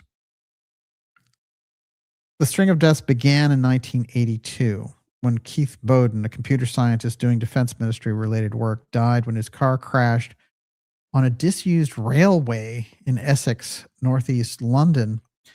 August 86, Vamil Dakbai, 24, computer engineer with Marconi Underwater Systems, working on torpedo guidance systems, plunged from a bridge in Bristol in southwestern England. Small unexplained puncture marks were found in his thigh. Now, the method and the means and the rapid circumstance of these deaths, and relatively, like, a lot of these guys are young, 24, 25, so they're kind of the whiz kids. You know, what it suggests to me is somebody needed to get rid of this program and fast, and they had really dialed into the fact that Marconi was the center on the English side. It looks like in America, these scientists were very well defended because that wave includes very few Americans, strangely enough. All right, I'm going to pepper along as we go here. But Miss Olivia, what do you got? David Donaway, the Marconi mystery refers to the mysterious deaths of approximately 25 British scientists and engineers working in highly classified defense projects for GEC Marconi. Yeah, that's what we're talking about. Yes. Exactly. Keep going. There are other, there's the strange death of David Kelly and John P. Wheeler III found on a waste dump. I think people really have researched this, and there are a lot of scientists. Yeah. Strange deaths. Oh, yeah. No question. I mean, and we are keeping it in context around the space program. Mm-hmm. But it is, when you get to other areas like free energy and all these other things, I mean, they overlap rather dramatically. And when we get into it, we can see, my God, you know, what a pattern this is. And then also you find this pattern shows up at different times. You remember the death of the holistic doctors before COVID hit? There was a whole string of this that went on for years, and people could tap into it. Dr. Bradstreet, you know, kicked off that whole theme of just, you know, suddenly these people decide that they're going to check out or die under mysterious circumstances, and they're working on, you know, GC-MAF or cures for cancer and things of this nature. They could not have these people around for COVID, apparently. You saw it with financial experts. There was a whole group of investors, and this was a pattern again. And then it's funny because if you look through history and you look at the Kennedy assassination, whenever they would come back in like the 70s, 80s, and even 90s and do investigations around Kennedy's murder, there would always be a list of deaths surrounding the actual investigation, never mind the murder itself. The assassination was one thing. The assassinations around the inquests and the inquiries, like the House Assassination Committees, lost something like 12 to 14 different witnesses. The Warren Commission lost 22. There's a lot. That's a lot of people. Yes, Ms. Olivia. Brett Boy Genius. Is it possible these scientists weren't killed, but were taken somewhere far away, like an alternative 3 scenario? Somebody had to ask it. Hey, look, you know, alternative 3 is hardcore. And the follow-up, you know, when they did a book about it after the fact of doing this kind of spoof documentary on the BBC, said, you know, basically was saying, well, they were getting this from the fact of these scientists being approached to be part of a colony in space. And I have no doubt that things like that have taken place. I think when people get around the UFO file information, if they get really close, then you find something like that. You find, you know, they're eliminated.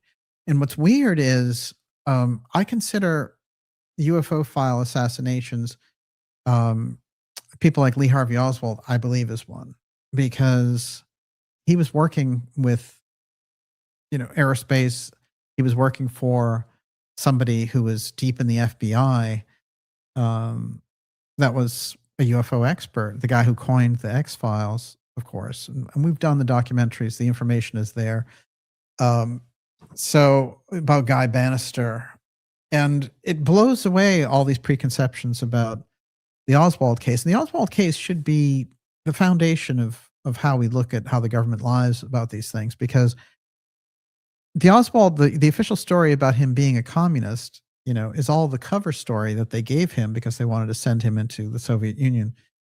And so for us to accept that as the reason, and then for them to use their own cover story for what they needed him to do to cover for the assassination when he wasn't even the shooter is pretty rich. I mean, this is the kind of reality that has gone on here for 6 decades around that case.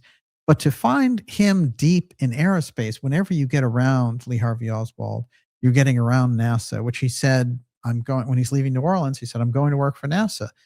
Well, something strange happened on the way to Dallas because he ends up working for $1.25 an hour at the book depository, and only 6 weeks before the assassination. And then they're able to maneuver him into position there. And something that I think is remarkable, I'm just going to say this as an aside, because there's always that talk about Lee Harvey Oswald taking the curtain rods on his last trip when he gets driven into town by his neighbor. And the neighbor says, what's that package on the back seat? And that Lee Harvey Oswald says to him, oh, it's curtain rods. I'm going to bring curtain rods to my rooming house. Marina made them for me. So no one sees him with this package except for this guy who drives him in, Wesley Frazier. And if you go into Frazier's background, you're going to find that his job before the Texas School Book Depository was working in a curtain rod factory warehouse thing.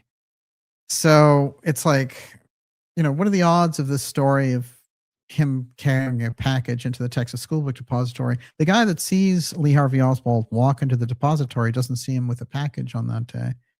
So the Buell Wesley Frazier story, I don't know. Is that like some weird overlay from the fact that he worked in a curtain rod place?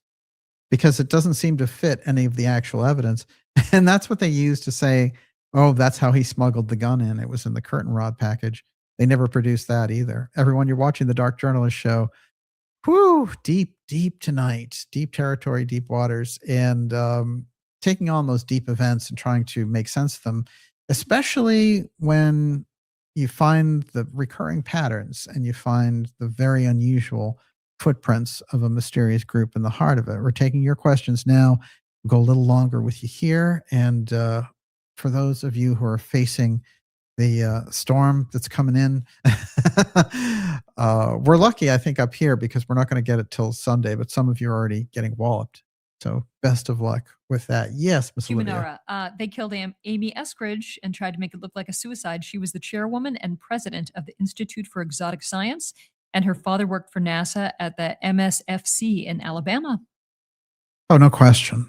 No question. Her parents had the paperclip background. And no, it's a sad case. Look, whenever we get around these people, in a way, what you want to do is be kind of a voice for them after the fact of these things that have happened.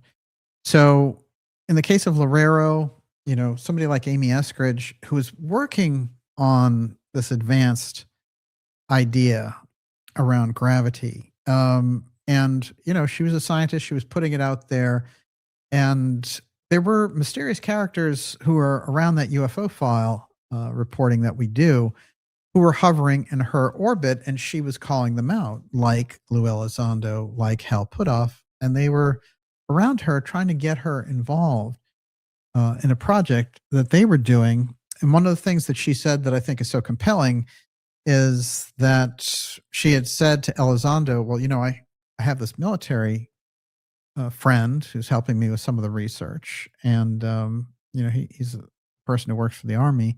Let's include him in the talks. And that Elizondo cut off all communication immediately. Because the kind of intelligence manipulation that somebody like Elizondo or Puthoff has to do around, alternative energy or alternative tech or the UFO file, they have to be able to manipulate the people that they're dealing with. They can't have somebody in there who's military trained who can see what they're doing. And especially in the case of Elizondo, we put that on the record to such an extent that anybody who's been watching this space, the world has finally caught up to the fact that Elizondo is a lying counterintelligence agent. It's taken, what they came out with the story in 2017. We started doing the shows on him in 2018. We laid out the facts there, and it took, that's the arc that it takes very often with these things. And I will say with some of the stuff that goes on now, I don't feel like we have an arc of time like 7 years for some of these things that we're bringing up now around like the UFO threat piece that the intel agencies are doing, or the continuity of government program. I think it needs to be a very mainline topic so people are aware of it, and that it doesn't get exploited, that it doesn't become the fluff of Bridget Macron's gender or this kind of nonsense. We need real reporting. The junk conspiracy has to be left off. The two things don't really coexist very well. You're going to need potent information for 2026.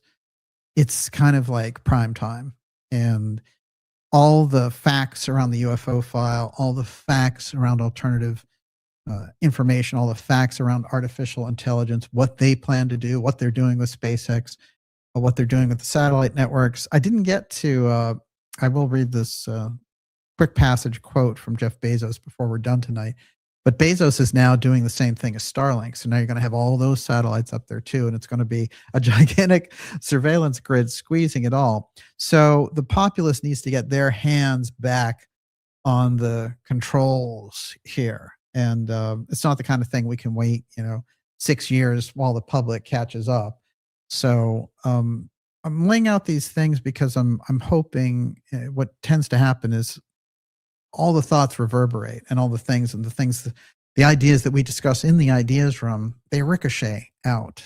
And that's the fantastic thing about doing this show. So it's a kind of, shall we say, active patience that's involved.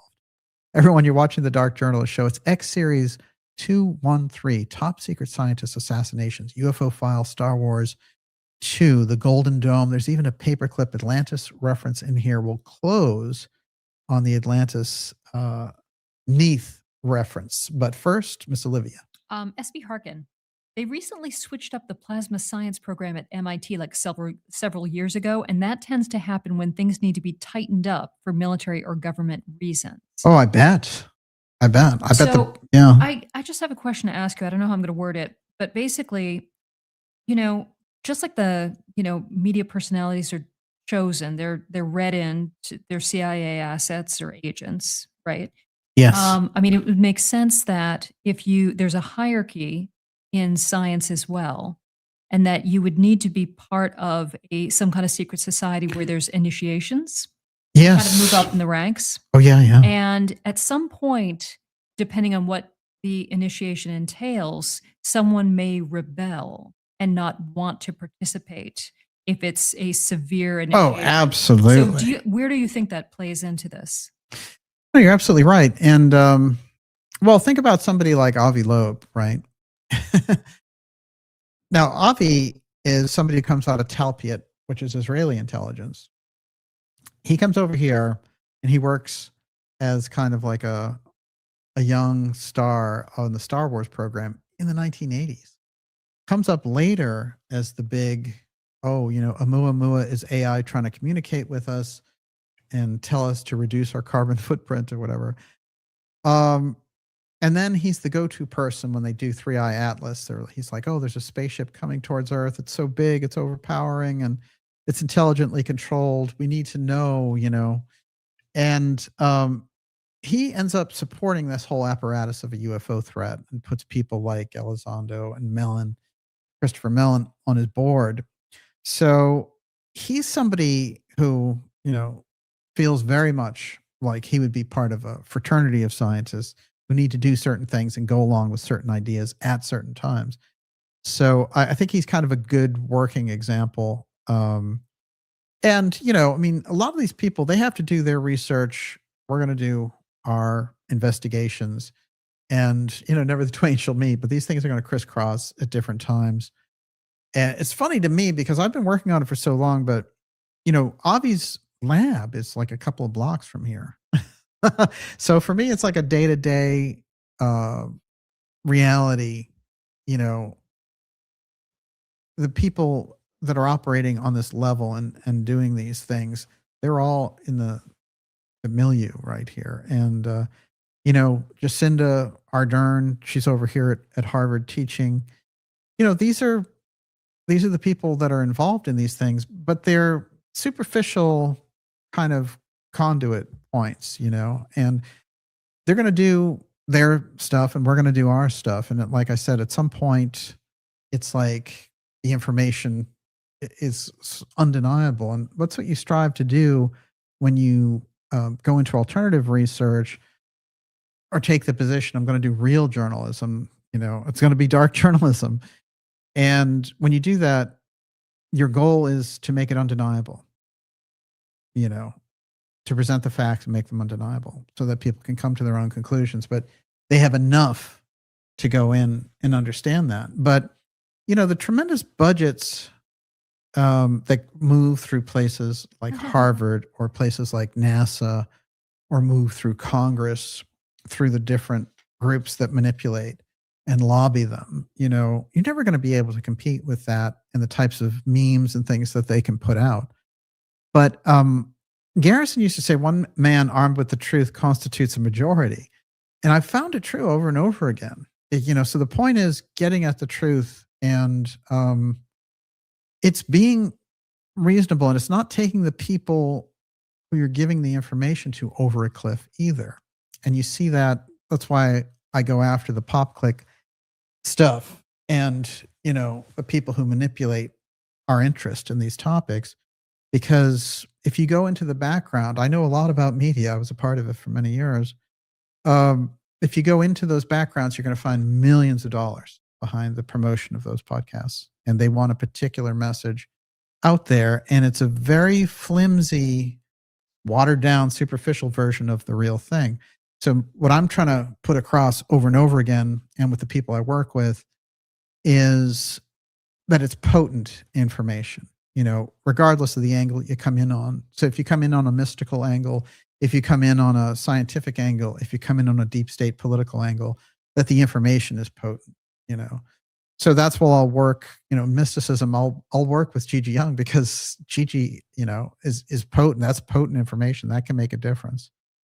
And, with all of our guests, this is how I do it. This is just kind of to give you some idea of how I think about it. I know when I've finished a show that I've delivered potent info that you can use. That's all I need to know. Then I'll do it forever. Yes, Miss Olivia. Jessica Rodriguez. Rodriguez. I have done a lot of research on the firmament, and the story about it sounds exactly like the golden dome that is around us. Oh, wow. What do you think? True. It's like, I think the golden dome is like a fake firmament.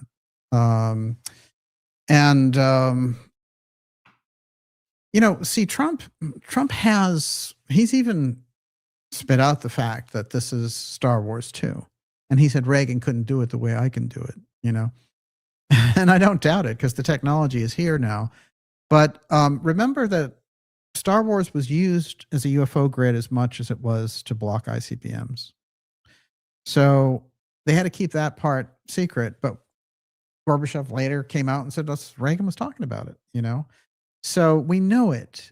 We don't have to guess at what Star Wars was about. The weird thing is, apparently, the technology that we had adopted from crash retrievals, from those deep investigations, from 18th, 19th century groups that were hidden from public discourse, scientific papers and things like that, that the technology got so good that they could do things like Star Wars SDI by the 1980s. What they can do now, we can only imagine, because they are so far beyond what they're talking about. And what they're laying out with AI and the hand-wringing that they're doing over AI doesn't add up. I'll just tell you that, because they've had it since the 1960s. They've had formations of it since 1948. So this idea that, we just found out what it can do and we have to train it. No, you've been training it for 60, 70 years already. So we have to understand that, yes, in the public, we get this innovation. You get ChatGPT or Grok or whatever it happens to be, Claude, all the new ones. But the truth is, on the inside, they've had that stuff for a long, long time. And I think the psychic AI interface mix, where they start to get your products reading your mind, is going to be where that dividing line is. And I've talked about this before. The dividing line, I think, with the technology is your body. It's very simple. So the whole Neuralink thing, when originally they were like, hey, we're just going to help people who've, had a terrible condition of not being able, brain injury where they can't control their limbs and things. You see, that is useful to humanity. But then now they're saying, well, that was the original thing, but now people can just volunteer to have their skull lifted and we'll put this chip in and you'll interface with everything like that. You won't need the computer and all that stuff anymore. That's the danger there. And that's where the red line is. In the mystery traditions, they call it the silver cord, right? And I'd like to point this out. It's the pituitary, pineal, and Leydig centers. That is the thing that is known as the seat of the soul in that type of research. That's how we should regard it. Therefore, you don't monkey around with the seat of the soul, now do you? It's the old Mephistopheles and Faust signing his soul away, right? I mean, come on. Yes. Tina Borich, Gary McKinnon hacking into off-world list of military personnel. How does that fit in? Oh, yeah. Well, remember, there's two things with that. One, not only did he do this, but he was brought up during a press conference with Obama and James Cameron in 2014. And they asked him, what are you going to do with this guy? And Obama said, we're going to make every, he tried to blow the question off, but he's like, we're going to make every effort to extradite him. They were serious, He was an Assange type problem for them because he had hacked into NASA and he had seen an off-world officers list. That's the piece. And he had done it all the way back in 2003. Okay. So they took 10 years to prosecute him or whatever, but they try to extradite him here. They wanted him badly. Make no mistake about it. So McKinnon will always be kind of a legend for that. But the fact is, he saw access to a couple of different programs, a Solar Warden program and an off-world officers list. And since we know about astronauts, sure, but we don't have lists that are anything like what he described. So what fleet is that? And where do they go? These are the nature of the question. Okay. The Tabernacle question, isn't Jessup connected to the Philadelphia experiment? T.T. Brown is, but Jessup is through the strange annotations that were being made in the book that became the Vero edition. And, I have an interview coming up with Joseph Farrell next week where we go into that. It is very interesting, and I think little explored, little understood just how important that whole thing was, because once they made the Vero edition so they could share that among Navy intelligence personnel and the CIA, that's what made Jessup a target, because the information was that good and they were worried, oh, wait a minute, this guy's into archaeology, he's an astronomer, he's tapped into anti-gravity now, and he's the UFO file, like he's figured all this stuff out. We can't have him around. And I wonder, in the case of Jay Valentine, his best friend, who would go on to all these incredible discoveries, I wonder how he felt. If it wasn't some kind of sweet revenge when he found the Bimini Road, sweet revenge for the downed Morris Jessup. But Jessup, I'll tell you, there's terrific and excellent legacy in books. And as I said, he set the tone with The Case for the UFO and then the follow-up to that. And then the Bible and UFOs, which people don't talk about too much, but I think is excellent because he understood the Bible very well and believed it, which is very important. Very often I think when people go after the ancient aliens thing, they're trying to debunk the Bible and be like, Oh, Moses is just talking to an alien. Well, here's a weird thing around Ezekiel that I think is important to consider. That Casey, when they're asking him about the Atlantean craft, they say, give us some idea what the Atlantean craft looked like and operated like. And Casey's very straight ahead about it. He says, well, it's exactly like what Ezekiel described, except that was much later date.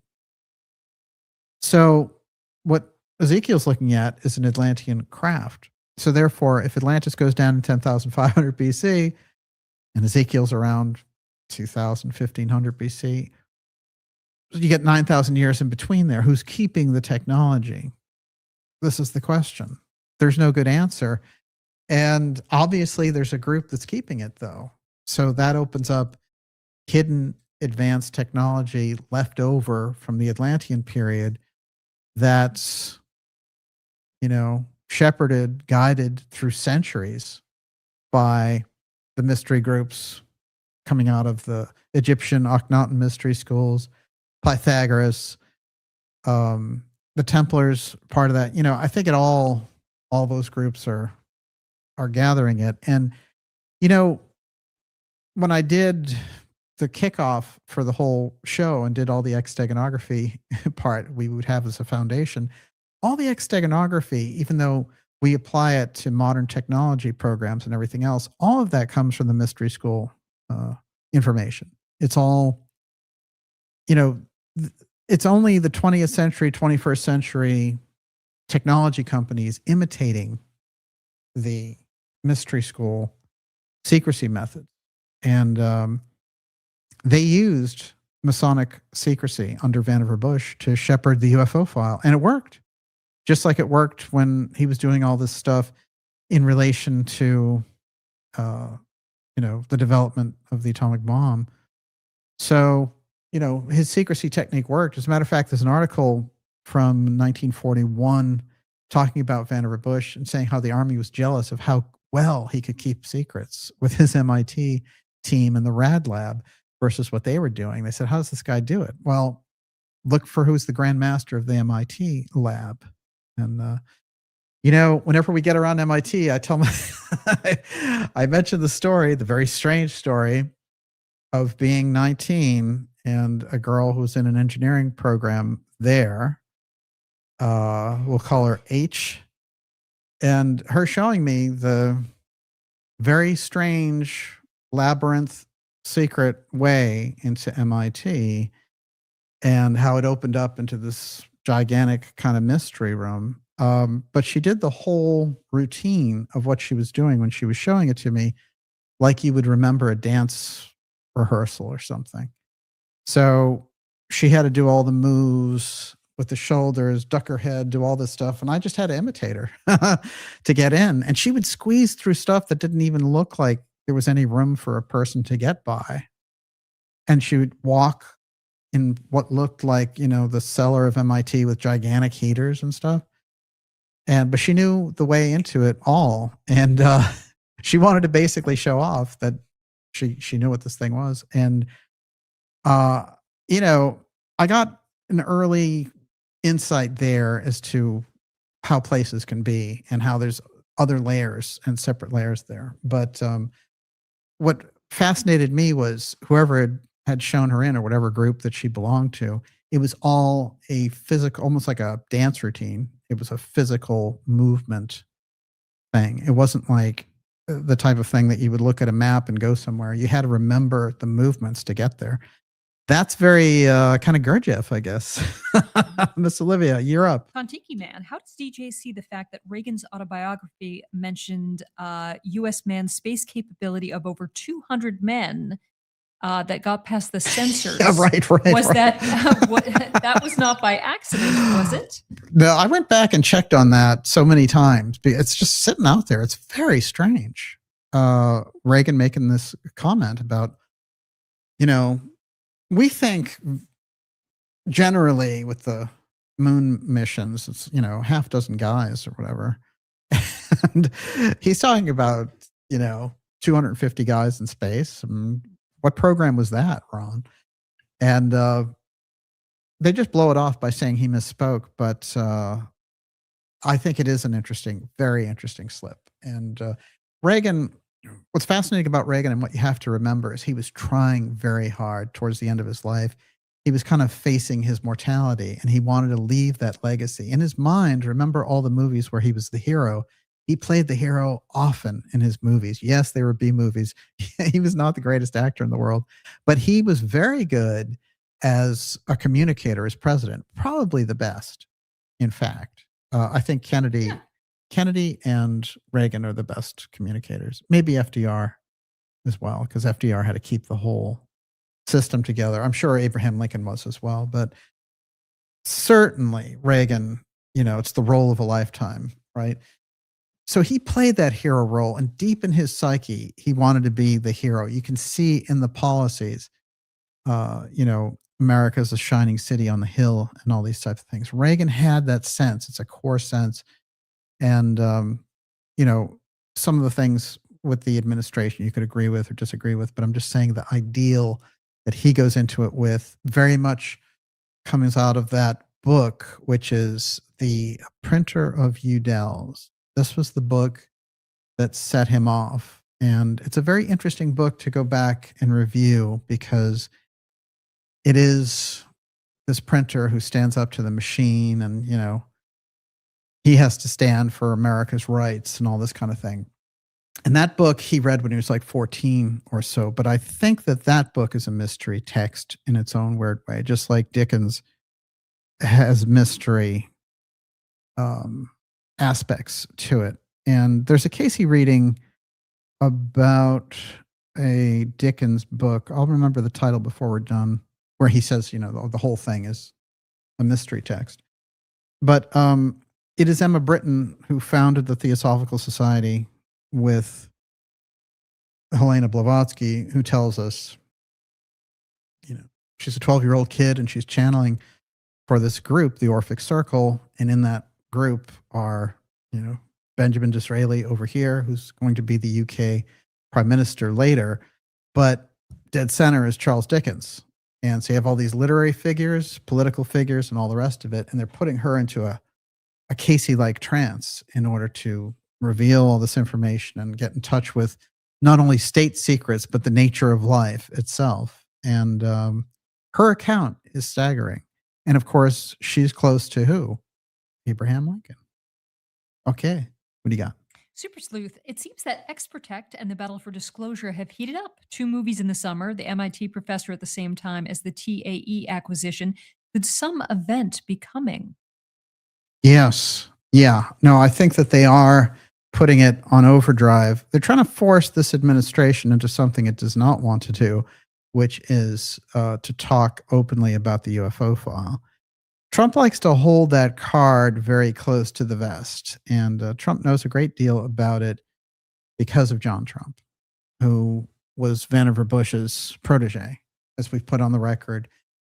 Our episode, which, I think is the biggest X series episode, has like 1 million views or something, but it's gotten into so many different circles. But it's old now. It's like 6 years old, and it was called Tesla, Trump, and the Time Capsule. All the information is in there, and I could take up the next hour just talking to you about how John Trump knew about the UFO file, and that's why he was there to receive the Tesla information in 1943.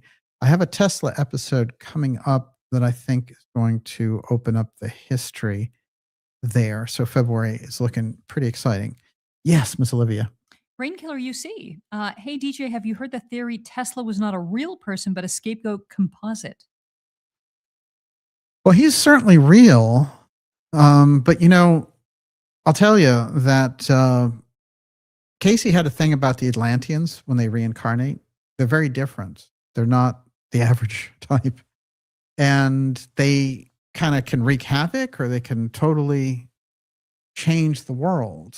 And he saw that there was a great influx of Atlanteans coming in, and from this period, World War I, World War II, setting up everything that we're talking about, and that things like radio and television and all this air travel was all rediscovery. That has to be kept in mind. Actually, you've set up something fantastic, because I did not want to leave this discussion without talking about and closing the loop, at least for now, on Otto Muck's Atlantis work, and a very striking thing that he puts in there in his fantastic book, which I highly recommend, because if you know the hot zone work that we've done, this is a very supportive document for it. And it's all about Atlantis and the Caribbean. But I'll tell you this guy, in my opinion, knew Casey's work very, very well. And as we started the program off with, he's a paperclip scientist. So Otto Muck is operating out of this idea that the Nazis have about where Atlantis was. And part of that mythology is that they're facing off against ice, and that ice must retreat from them. That's where the Antarctica missions come from. That's where certain fascinations around the moon come from. There's a frozen moon aspect in certain Nazi literature. And I'm going to do an entire episode on that coming up. So I won't reveal it all here, but I'll tell you, Muck is right in the heart of it. But what I want to say about Muck and his version here, it's so well analyzed about the languages on both sides, the Egyptian and the Mayan languages. And he goes into South America, of course. But one of the very fascinating things that he does is he quotes Plato, and then he quotes someone writing 400 years after Plato, referencing him and referencing his Atlantis story. And to me, it's a real breakthrough, because he points out something quite fantastic. So I'm going to read it to you here. But basically, the upshot, if I can take it here, is that the person talking later, this other historian referencing the work of Plato, says something very interesting. And I'm going to read it to you here. But basically what he has to say is, oh yeah, you know, if you look, you're going to find that Plato's story, of course, was true, because there are other accounts of people going to Sais in Egypt, and they read the entire Atlantean story and the epic and the history on the pillars of the Temple of Neith. Now, this is really an open door, and opens a door to a totally different episode. But I'm just going to give you a few things about Neith, because as I went deeper into Neith, I started to see her as that interface between the Atlantean and the Egyptian culture. She comes in and she's associated with communications and warfare. How do you spell Neith? It's Neith. Okay. And it's interesting because I think one of the reasons it was overlooked is because he spells it, probably it's a Germanic spelling, and he ends it on a different letter. But I'm going to give you a couple of things to set up this episode on Neith, because it's going to explode the connection between Atlantis and Egypt. And I've got most of that research done for the episode. So I will lay that on you next time, but I'm going to give you a little heads up, because again, it relates to Otto Muck, and Otto Muck is in the heart of this episode, because he is what? He is a paperclip scientist working in the aerospace program that will become NASA. We showed him getting sworn in earlier. And then he is also this Atlantis expert who's giving us the hardcore truth about his Caribbean catastrophe theory, which is that basically these massive bodies came in and smashed there in the hot zone and destroyed what was there. Now, it's very interesting because, as I've mentioned, Casey's story about Atlantis is different. It doesn't have the comet came in and destroyed everything. He says, no, they took the two-eye stone and jacked it up too high, and it took out the entire, it caused upheavals across the board and split the islands into three. And then eventually in the war between the sons of Belial and the Amelius group, boom, you know, The sons of Belial win because the Emilius group usually, uses the technology to communicate with the spiritual realm. And the Belial group is like, hey, where can we aim that laser? But what is fascinating when we think about this is they destroy everything in their wake. So it pulls the islands down by them tuning it too high. This is the character of Neith. And she brings wisdom. She is also associated with spinning these incredible webs because these spider spirits are with her. Very interesting because Steiner talks all about this in terms of futuristic technology. But she weaves a web around the dying Osiris. This is how important this character is. She's the goddess of creation and wisdom. She's a paradox among gods, both a creator and a warrior, mother and a hunter. She's unusual right off the bat for Egyptian gods. Her origins predate Egypt's dynasties. Think about that. This is an Atlantean overlay. And I'll tell you, there's something fascinating. Muck really cracks this because he's giving us the key to the fact that it's on the pillars of the Neith temples that the Atlantis story comes from. The reason is she's probably the Atlantean goddess, and it becomes that she's the mother of Ra, okay? And Ra is the whole mythology around the Egyptian sun god and everything else. So who is Ra back there? Remember, we'd love to point out this fantastic Nanette Christ painting of Rata. That is the high priest that Casey points to as the interface between the Atlanteans and the Egyptians, who sets out the Giza Plateau, Sphinx, and the Great Pyramid. So for her to be the mother, associated with the mother there, is interesting because I'll go a little further with this. Casey, when he's in trance talking about Rata, at a certain point identifies Rata as an early incarnation of himself. And think about the incredible psychic powers that Casey demonstrates, like a strange leftover from being Rata. But Rata, he describes very strangely. Rata has no hair, he has no eyebrows. He describes him to a T. But he is the psychic guide for these people who become the interface between the Atlanteans and the Egyptians. He becomes the high priest. He is a daughter, he's the son of a daughter of Zu, and he's without human father. That's how the readings describe him. So how are you without a human father? Well, check this out. When I was reading about Nith,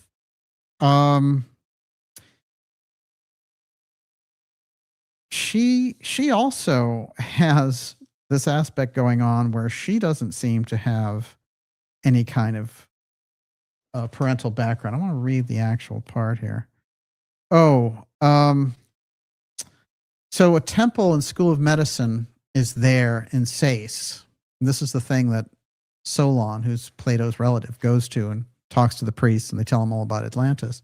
Well, later, someone else goes along and says, yeah, the whole story is on these pillars.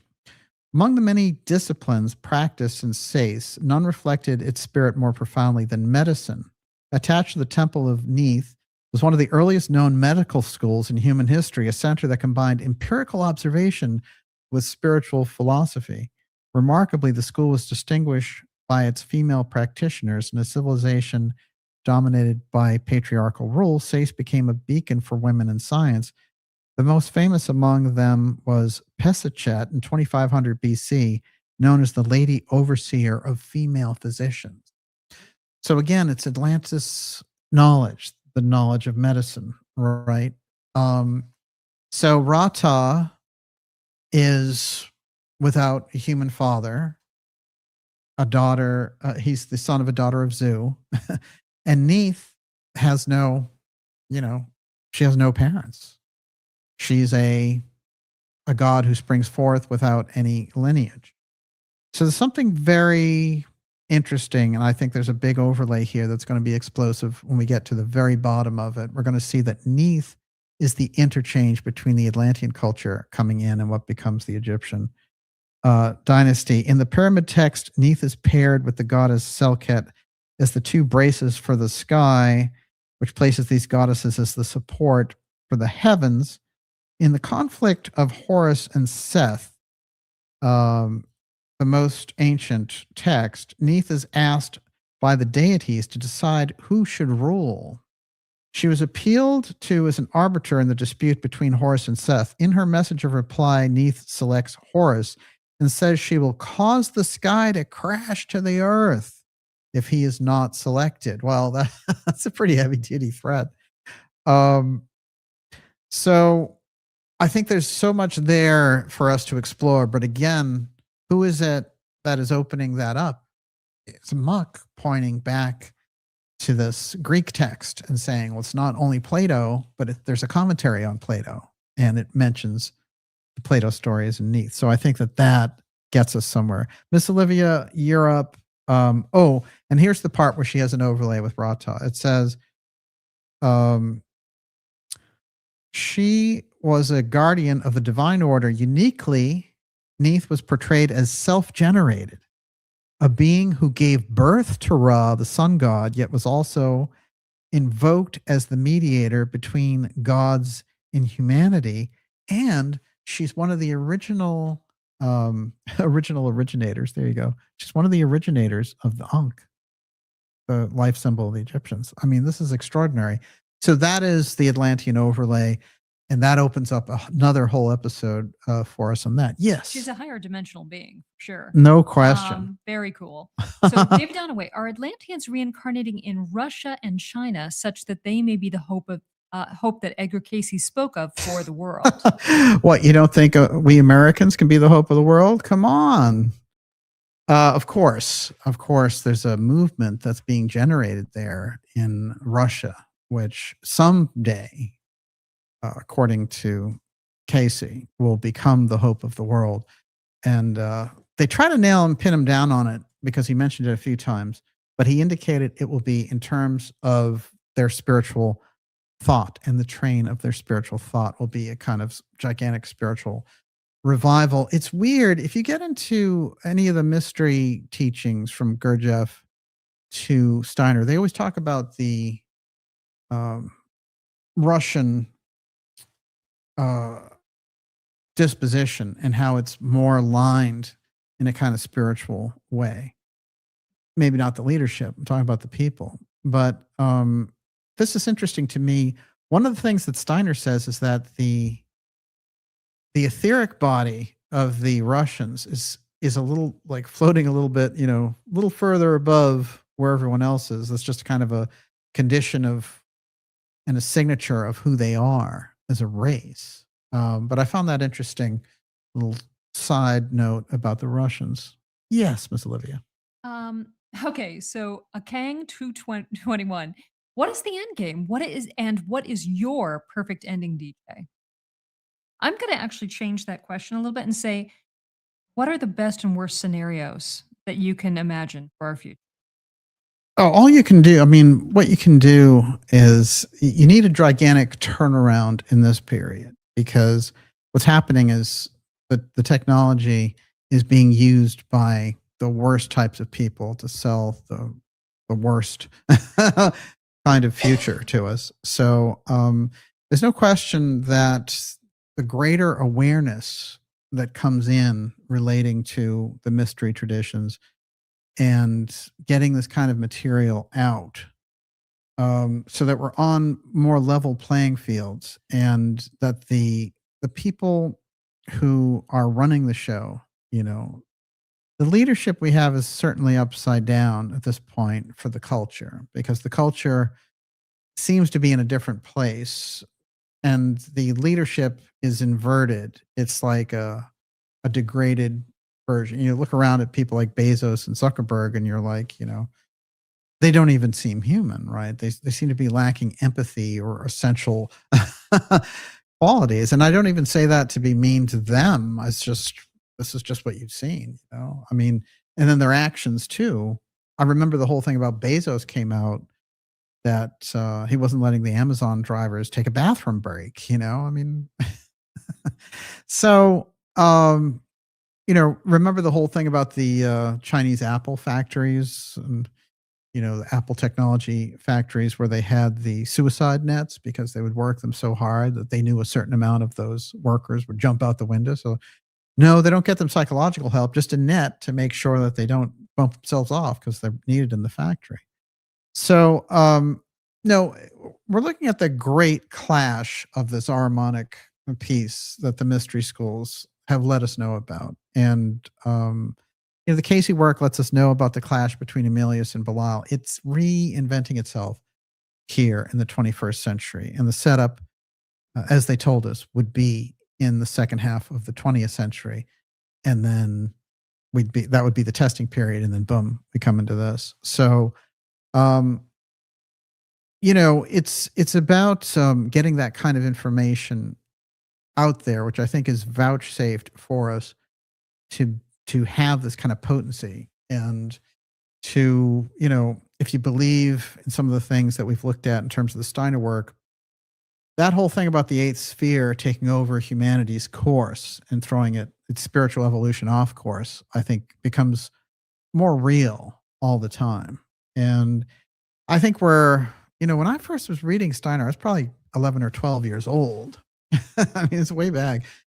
And what I thought about it then, I thought of it as fantastic, like fantastic. Oh, isn't this interesting? And, it's on a different timeline trajectory. And now we're kind of arrived directly in the headlines that these people have talked to us about. But I think the groups, the mystery groups and the texts that they have left, the ideals that they have left, are guideposts for how we're supposed to handle the influx and the amazing changes that come in from humanity so as not to become part of a machine and not to be, disappeared into the eighth sphere, as it were. So this is at the heart of it. And I think really once you appeal to that part of a person, remember, it's interesting to me, one of the things that Steiner said was happening was that back there, all of this was set up. In the 1840s, it was set up. The scientific materialism was going to come in so hard that it would split off people's spiritual nature. So that's where it's been going. And the idea is once you lose contact with that spiritual nature, then it's forgotten. It becomes some latent part that never gets developed. It's an undeveloped side of you. And the scientific materialism that came in said, well, if it can't be weighed or measured, it doesn't exist. See? And that's the way that it's played itself out. And those mystery groups in that period took a look out. And of course, that very fascinating book by Harrison, The Transcendental Universe, that Steiner references. This is before Steiner. It's like 30 years before him. It looks out, and those groups looked out and they said, well, we're not going to recognize humanity in 100 years. What's the point of keeping all the esoteric secrets if humanity is going to become, these weird automatons and cyborgs and things?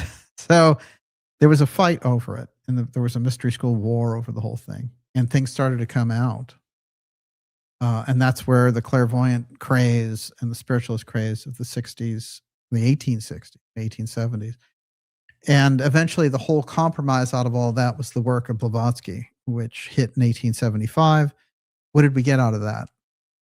There's a whole reinvention of how we were thinking about things. The Atlantis pieces in there, reincarnations in there, psychic experience, the root epochs, the different kind of developmental phases of humanity. All of that is in there. And it had never been nothing like it had ever been around before. And I think that Steiner would have been very happy himself, Rudolf Steiner would have been happy to just have been a teacher of that. But once they started to push Krishnamurti and, all those things happened, he was like, we need this to have a Western thing because the Eastern schools set up the West to do this now. we can't throw it back to the East. We already had that development. Now it's the Western mystery tradition. Here we go. So I think that's a real innovation. And so that's kind of a long answer to the question, but I hope we did it. Everyone, you're watching the Dark Journalist Show.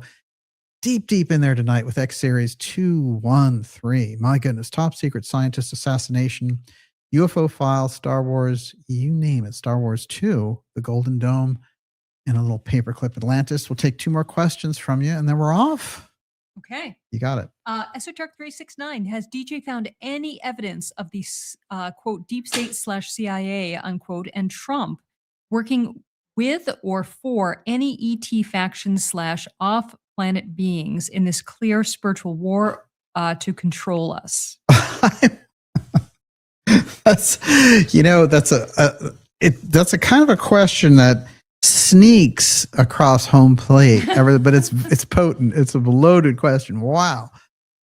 Look, there's a lot hanging out about the idea that there's some other intelligence interacting with ours and calling the shots. There's a lot of stories back there that even hardcore, I wouldn't say skeptical types like Stanton Friedman, but he had a really, my conversations with him, he was very grounded in what he had to say. And for him to have said, look, that story about Eisenhower meeting with a group of human-looking ETs had a lot of breadcrumb trails that made sense, and he had talked to the people involved. You have to consider it. You certainly have to consider the possibility and the vastness of everything. But I think there is a dimensional. Well, it's being misused a lot, the dimensional term. Let me put it to you this way. I think there's something in the spiritual recognition of other beings. And the elemental beings are part of that. I think there are groups of beings on different levels that humans interact with. And it's not all, hey, they're exactly hominid alien beings in hard ships. But some of those things can't be denied because you've got something else operating, a remarkable technology that's been documented for hundreds of years. So either there's some group like us, right, who are left over with different technology. They're more advanced than we are, but not completely more advanced. Or there's an off-world visitor going on, right? So, but something certainly has, the greatest minds have tackled this. And there's too many people involved who have had experiences with these other beings. But I think it is limiting to relate it just to some other physical group running around with physical technology. There's something else going on there for sure. And I really object these days to the phony aliens or demons thing coming out of like congressmen or when someone like celebrity Luna, Congresswoman Luna, who I think could do great work if she wanted to on this, unfortunately. But her whole thing these days seems to be like, hey, yeah, aliens are demons, And Burchett, her partner in crime, they've had this committee for over a year and haven't done one good UFO hearing with the whole thing. And he's just like, dadgummit, there's UFOs under the water too. Hell yeah. And so he's doing that, and she's doing, aliens are interdimensional. They're demons. Stay away. You're never going to get anywhere with that. So when you get around the alien UFO part, it's very tricky territory because you have the false aliens or demon thing. That's BS. You have UFO threat from the CIA. That's BS. So sorting out the truth is very difficult, but knowing when you're being manipulated, yeah, I think that's particularly important. And the motivations behind the groups who try to control the narrative and do that kind of social engineering have to be called into question if we're going to get anywhere. And when I've called them into question, other people have been like, you're right. I have been manipulated. For the last 2 years, I thought UFOs were a threat, and that all came from the Elizondo Mellon crowd. And you exposed that they were all being paid to do that, you know? So where do you find the truth? Well, you find it in your own experience over time. It might take a very long time to figure out what's going on in the grand scheme of things. I think what we don't want in the short race, you know, in the short run, is for certain groups that are hoarding the advances of different things that they've discovered with our money and to use that and lord it over the general populace. That seems to be the root of the UFO problem. And their secrecy has become a bigger and bigger elephant. And it's just so big, it's just going to explode at some point, you know? So there has to be some leveling off between that schizophrenic situation they've created through the wall of secrecy. I'm going to read you what our friend Otto Muck was talking about in relation to that other person commenting on Plato to round that conversation out. Then we'll take your last question. You're watching the Dark Journalist Show. It's X Series 213. Everyone, Top Secret Scientist, Assassinations, UFO File, Star Wars, Paperclip, Atlantis, all in here tonight. Unbelievable. All right. This comes directly from Muck's book. Plato wrote his narrative not in the first person singular. The narration is done through the mouth of the old criteria, which in turn refers to another character more aged and venerable, the Solon, the wise legislator of Athens. It is said that Solon left his venerable friend, Dropides, great-grandfather of Criteria, annotations to serve as the basis for a poem of great size. If at any time these documents have existed, today they're missing. Neither Solon was the author of this narrative that, according to him, he learned from an elder, a clerk of the church, and of salts, which in turn referred to the documentary material and older texts of the hieroglyphics. Those texts would have given the report of the glory and the sunset of the island of Atlantis and have lived for more than 9 millennia ago. The authenticity of the original text is demonstrated by another valid statement. The Proclear philosopher who lived between 485 and 412 BC, this is the breakthrough, wrote a detailed commentary to the dialogue Timaeus of Plato. That comment reported that a Hellene Proclear of Crantor name came to Sais, where the temple of Neith would have seen the whole column covered with hieroglyphics recording the history of Atlantis. These hieroglyphics, it would have been deciphered by experts and stated to be Crantor, then heard, was in perfect agreement with the content of the story of Atlantis by Plato, to whose words he had full knowledge.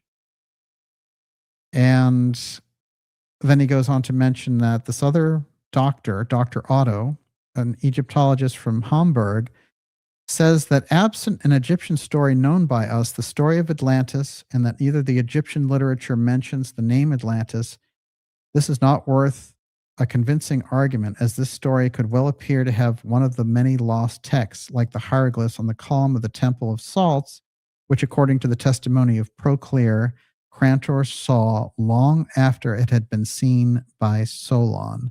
Maybe the Mother Nile covers the cities of the Nile Delta. So what he's getting at here is everything that Solon said can be verified by a second source. So Plato gets the information from his ancestor Solon. He passes it on in Timaeus, and then here's another version. It's all, the entire story is on the columns of Neith. And now what I'm adding here is that Neith is going to be, the more I study it anyway, looks like it, is going to be the interface between that incoming Atlantean culture and the new arising Egyptian culture. That's where the interface is. And that's why Sais becomes so important. And with that, Miss Olivia, your last question is up. Before I read the last question, I just wanted to read a comment Yeah. about the last question. And David said, would love to see a convo between Trump and the alien overlords. And I just love that. I think it'd be staged nowadays. It'd be an AI version. Go ahead. Okay. If it's going to be the last one, let me combine these two. Okay, so David Frank says, I read in a magazine article in the 1990s that all the European scientists involved in our Star Wars project were dead of suicide or mysterious circumstances within 2 years after the end of the project. And Najat says, interesting choice of names to label the program Star Wars. What are they really suggesting? Well, they called it the Strategic Defense Initiative. And it's a kind of an interesting mistake of history, because Star Wars was the movie that came out in 1977. And, Reagan's up there talking about this thing that can shoot lasers and missiles out of the sky and space. And then Ted Kennedy's like, he's talking about Star Wars. And they're like, yeah, Star Wars. That's it. And so the name stuck. But in a weird way, I think that Reagan had the right idea. And for what they were up against, this idea of an unknown entity, an unknown group that possessed tremendous technology that outflanked us, by 500 times. I think the idea of Star Wars was kind of brilliant. I just think that they misused an alien threat piece on Reagan. And I will say this, that in the autobiography of Colin Powell, you can find this, where he's like, I was always running around after Reagan trying to keep his speeches straight. And by the way, he always had this foolishness about this alien talk. And I told him, sir, it doesn't look appropriate for a president to be talking about this. And I would take them out of his speeches and he would go along with it. Well, I missed his reference at the UN, 1, and I missed his reference at a high school in Maryland, 2. He said, and those are huge regrets for me. I'm just kicking myself after the fact because I didn't want Reagan getting himself involved in all that. But I can show you the amount of speeches he had where he put his little alien part in there and I had to rub it out. So how many speeches was Reagan coming forward with the truth about the UFO file? And Colin Powell is sitting there, on the instructions of Daddy Bush, after bombing the hell out of Iraq and erasing them. These are the mistakes of history, but Colin Powell, to his credit, he owned up to it. And I have to say, I think Reagan was trying to bring the conversation around. He was absolutely right to bring it up the way that he did. And it's very brave in the 1980s to do that. But, he'd faced off against a nuclear enemy and he'd negotiated actual reductions in nuclear weapons after being called the all-time war hawk of the world. And it's very interesting if you read stories and accounts of Reagan. He was very disturbed by the movie The Day After, which was like a TV movie about the aftermath of a nuclear war. And he thought it was his godly mission to stop that. So, for all intents and purposes, he did. And with that, Miss Olivia, wow. I do have a comment I wanted to share, which I think you'll really, really like. Okay. Let me find it. Okay, so this is from Kath M. Richards. Provable evidence of Atlantis. I linked that with the Tuatha because of you. I then realized I was Irish. After your inspiration, I did indeed end up in West Ireland. I found a modern-built pyramid and met a historian who explained the Tua. DJ and Olivia, I can honestly say I really do love you. So isn't that fantastic? Wow. Well, thank you. What an adventure. And, we appreciate you sharing that. Incredible. Absolutely incredible. And thank you. What a great gesture. And thank you for your kind words. We're very glad to have you with us. Miss Olivia, fantastic. Bravo. And this has been Dark Journalist X Series 213 Top Secret Scientist Assassinations. I'll do some shout outs here, but you're up with your super chats. Super chats are Harry Zeri, Real Norman Smith, Eurythmy is Fun, Pilled NK6BD, Jonna Red Star, Eurythmy is Fun again, Jessica Rodriguez, Erica Swenson Elliott, Wolfgang McCarthy, Fulcanelli, Brian Whitaker, GDNPB, Neurosurgery Highland, Tommy Van Gumpel, Ray Story, and David. Thank you so much for your generous super chats. Wow. Well, we really appreciate all of our supporters, and thank you to our subscribers. We couldn't do it without you. We'll be back with you next week, and we have a very exciting episode coming up with Dr. Farrell as well. Gigi's coming back, and a big surprise for you guys in February as well, and mind-blowing X-Series episodes on the way, including the account of Neath. I'll do some shout outs before we go here. We got a great ideas room tonight. Scarlet Fire. Thanks for another great show. Thank you for being here with us. Let's see. Good night, X-Fam. Najat. Fantastic. Najat, if you're still in New York, did you get hammered with the snow yet? I think it's a little early for that. Is it? In New York, yeah. Okay. Russia is our greatest ally since the revolution. Interesting. Oh boy, we fought side by side with them in World War II. That has to be worth a lot. Tribe of Dan, indeed. Jimmy Kinnemer. El Cid Barrett. Gurdjieff would be proud. Yeah, there's a Gurdjieff episode coming on, so for sure, good timing there. Atlanteans equal redheads. True.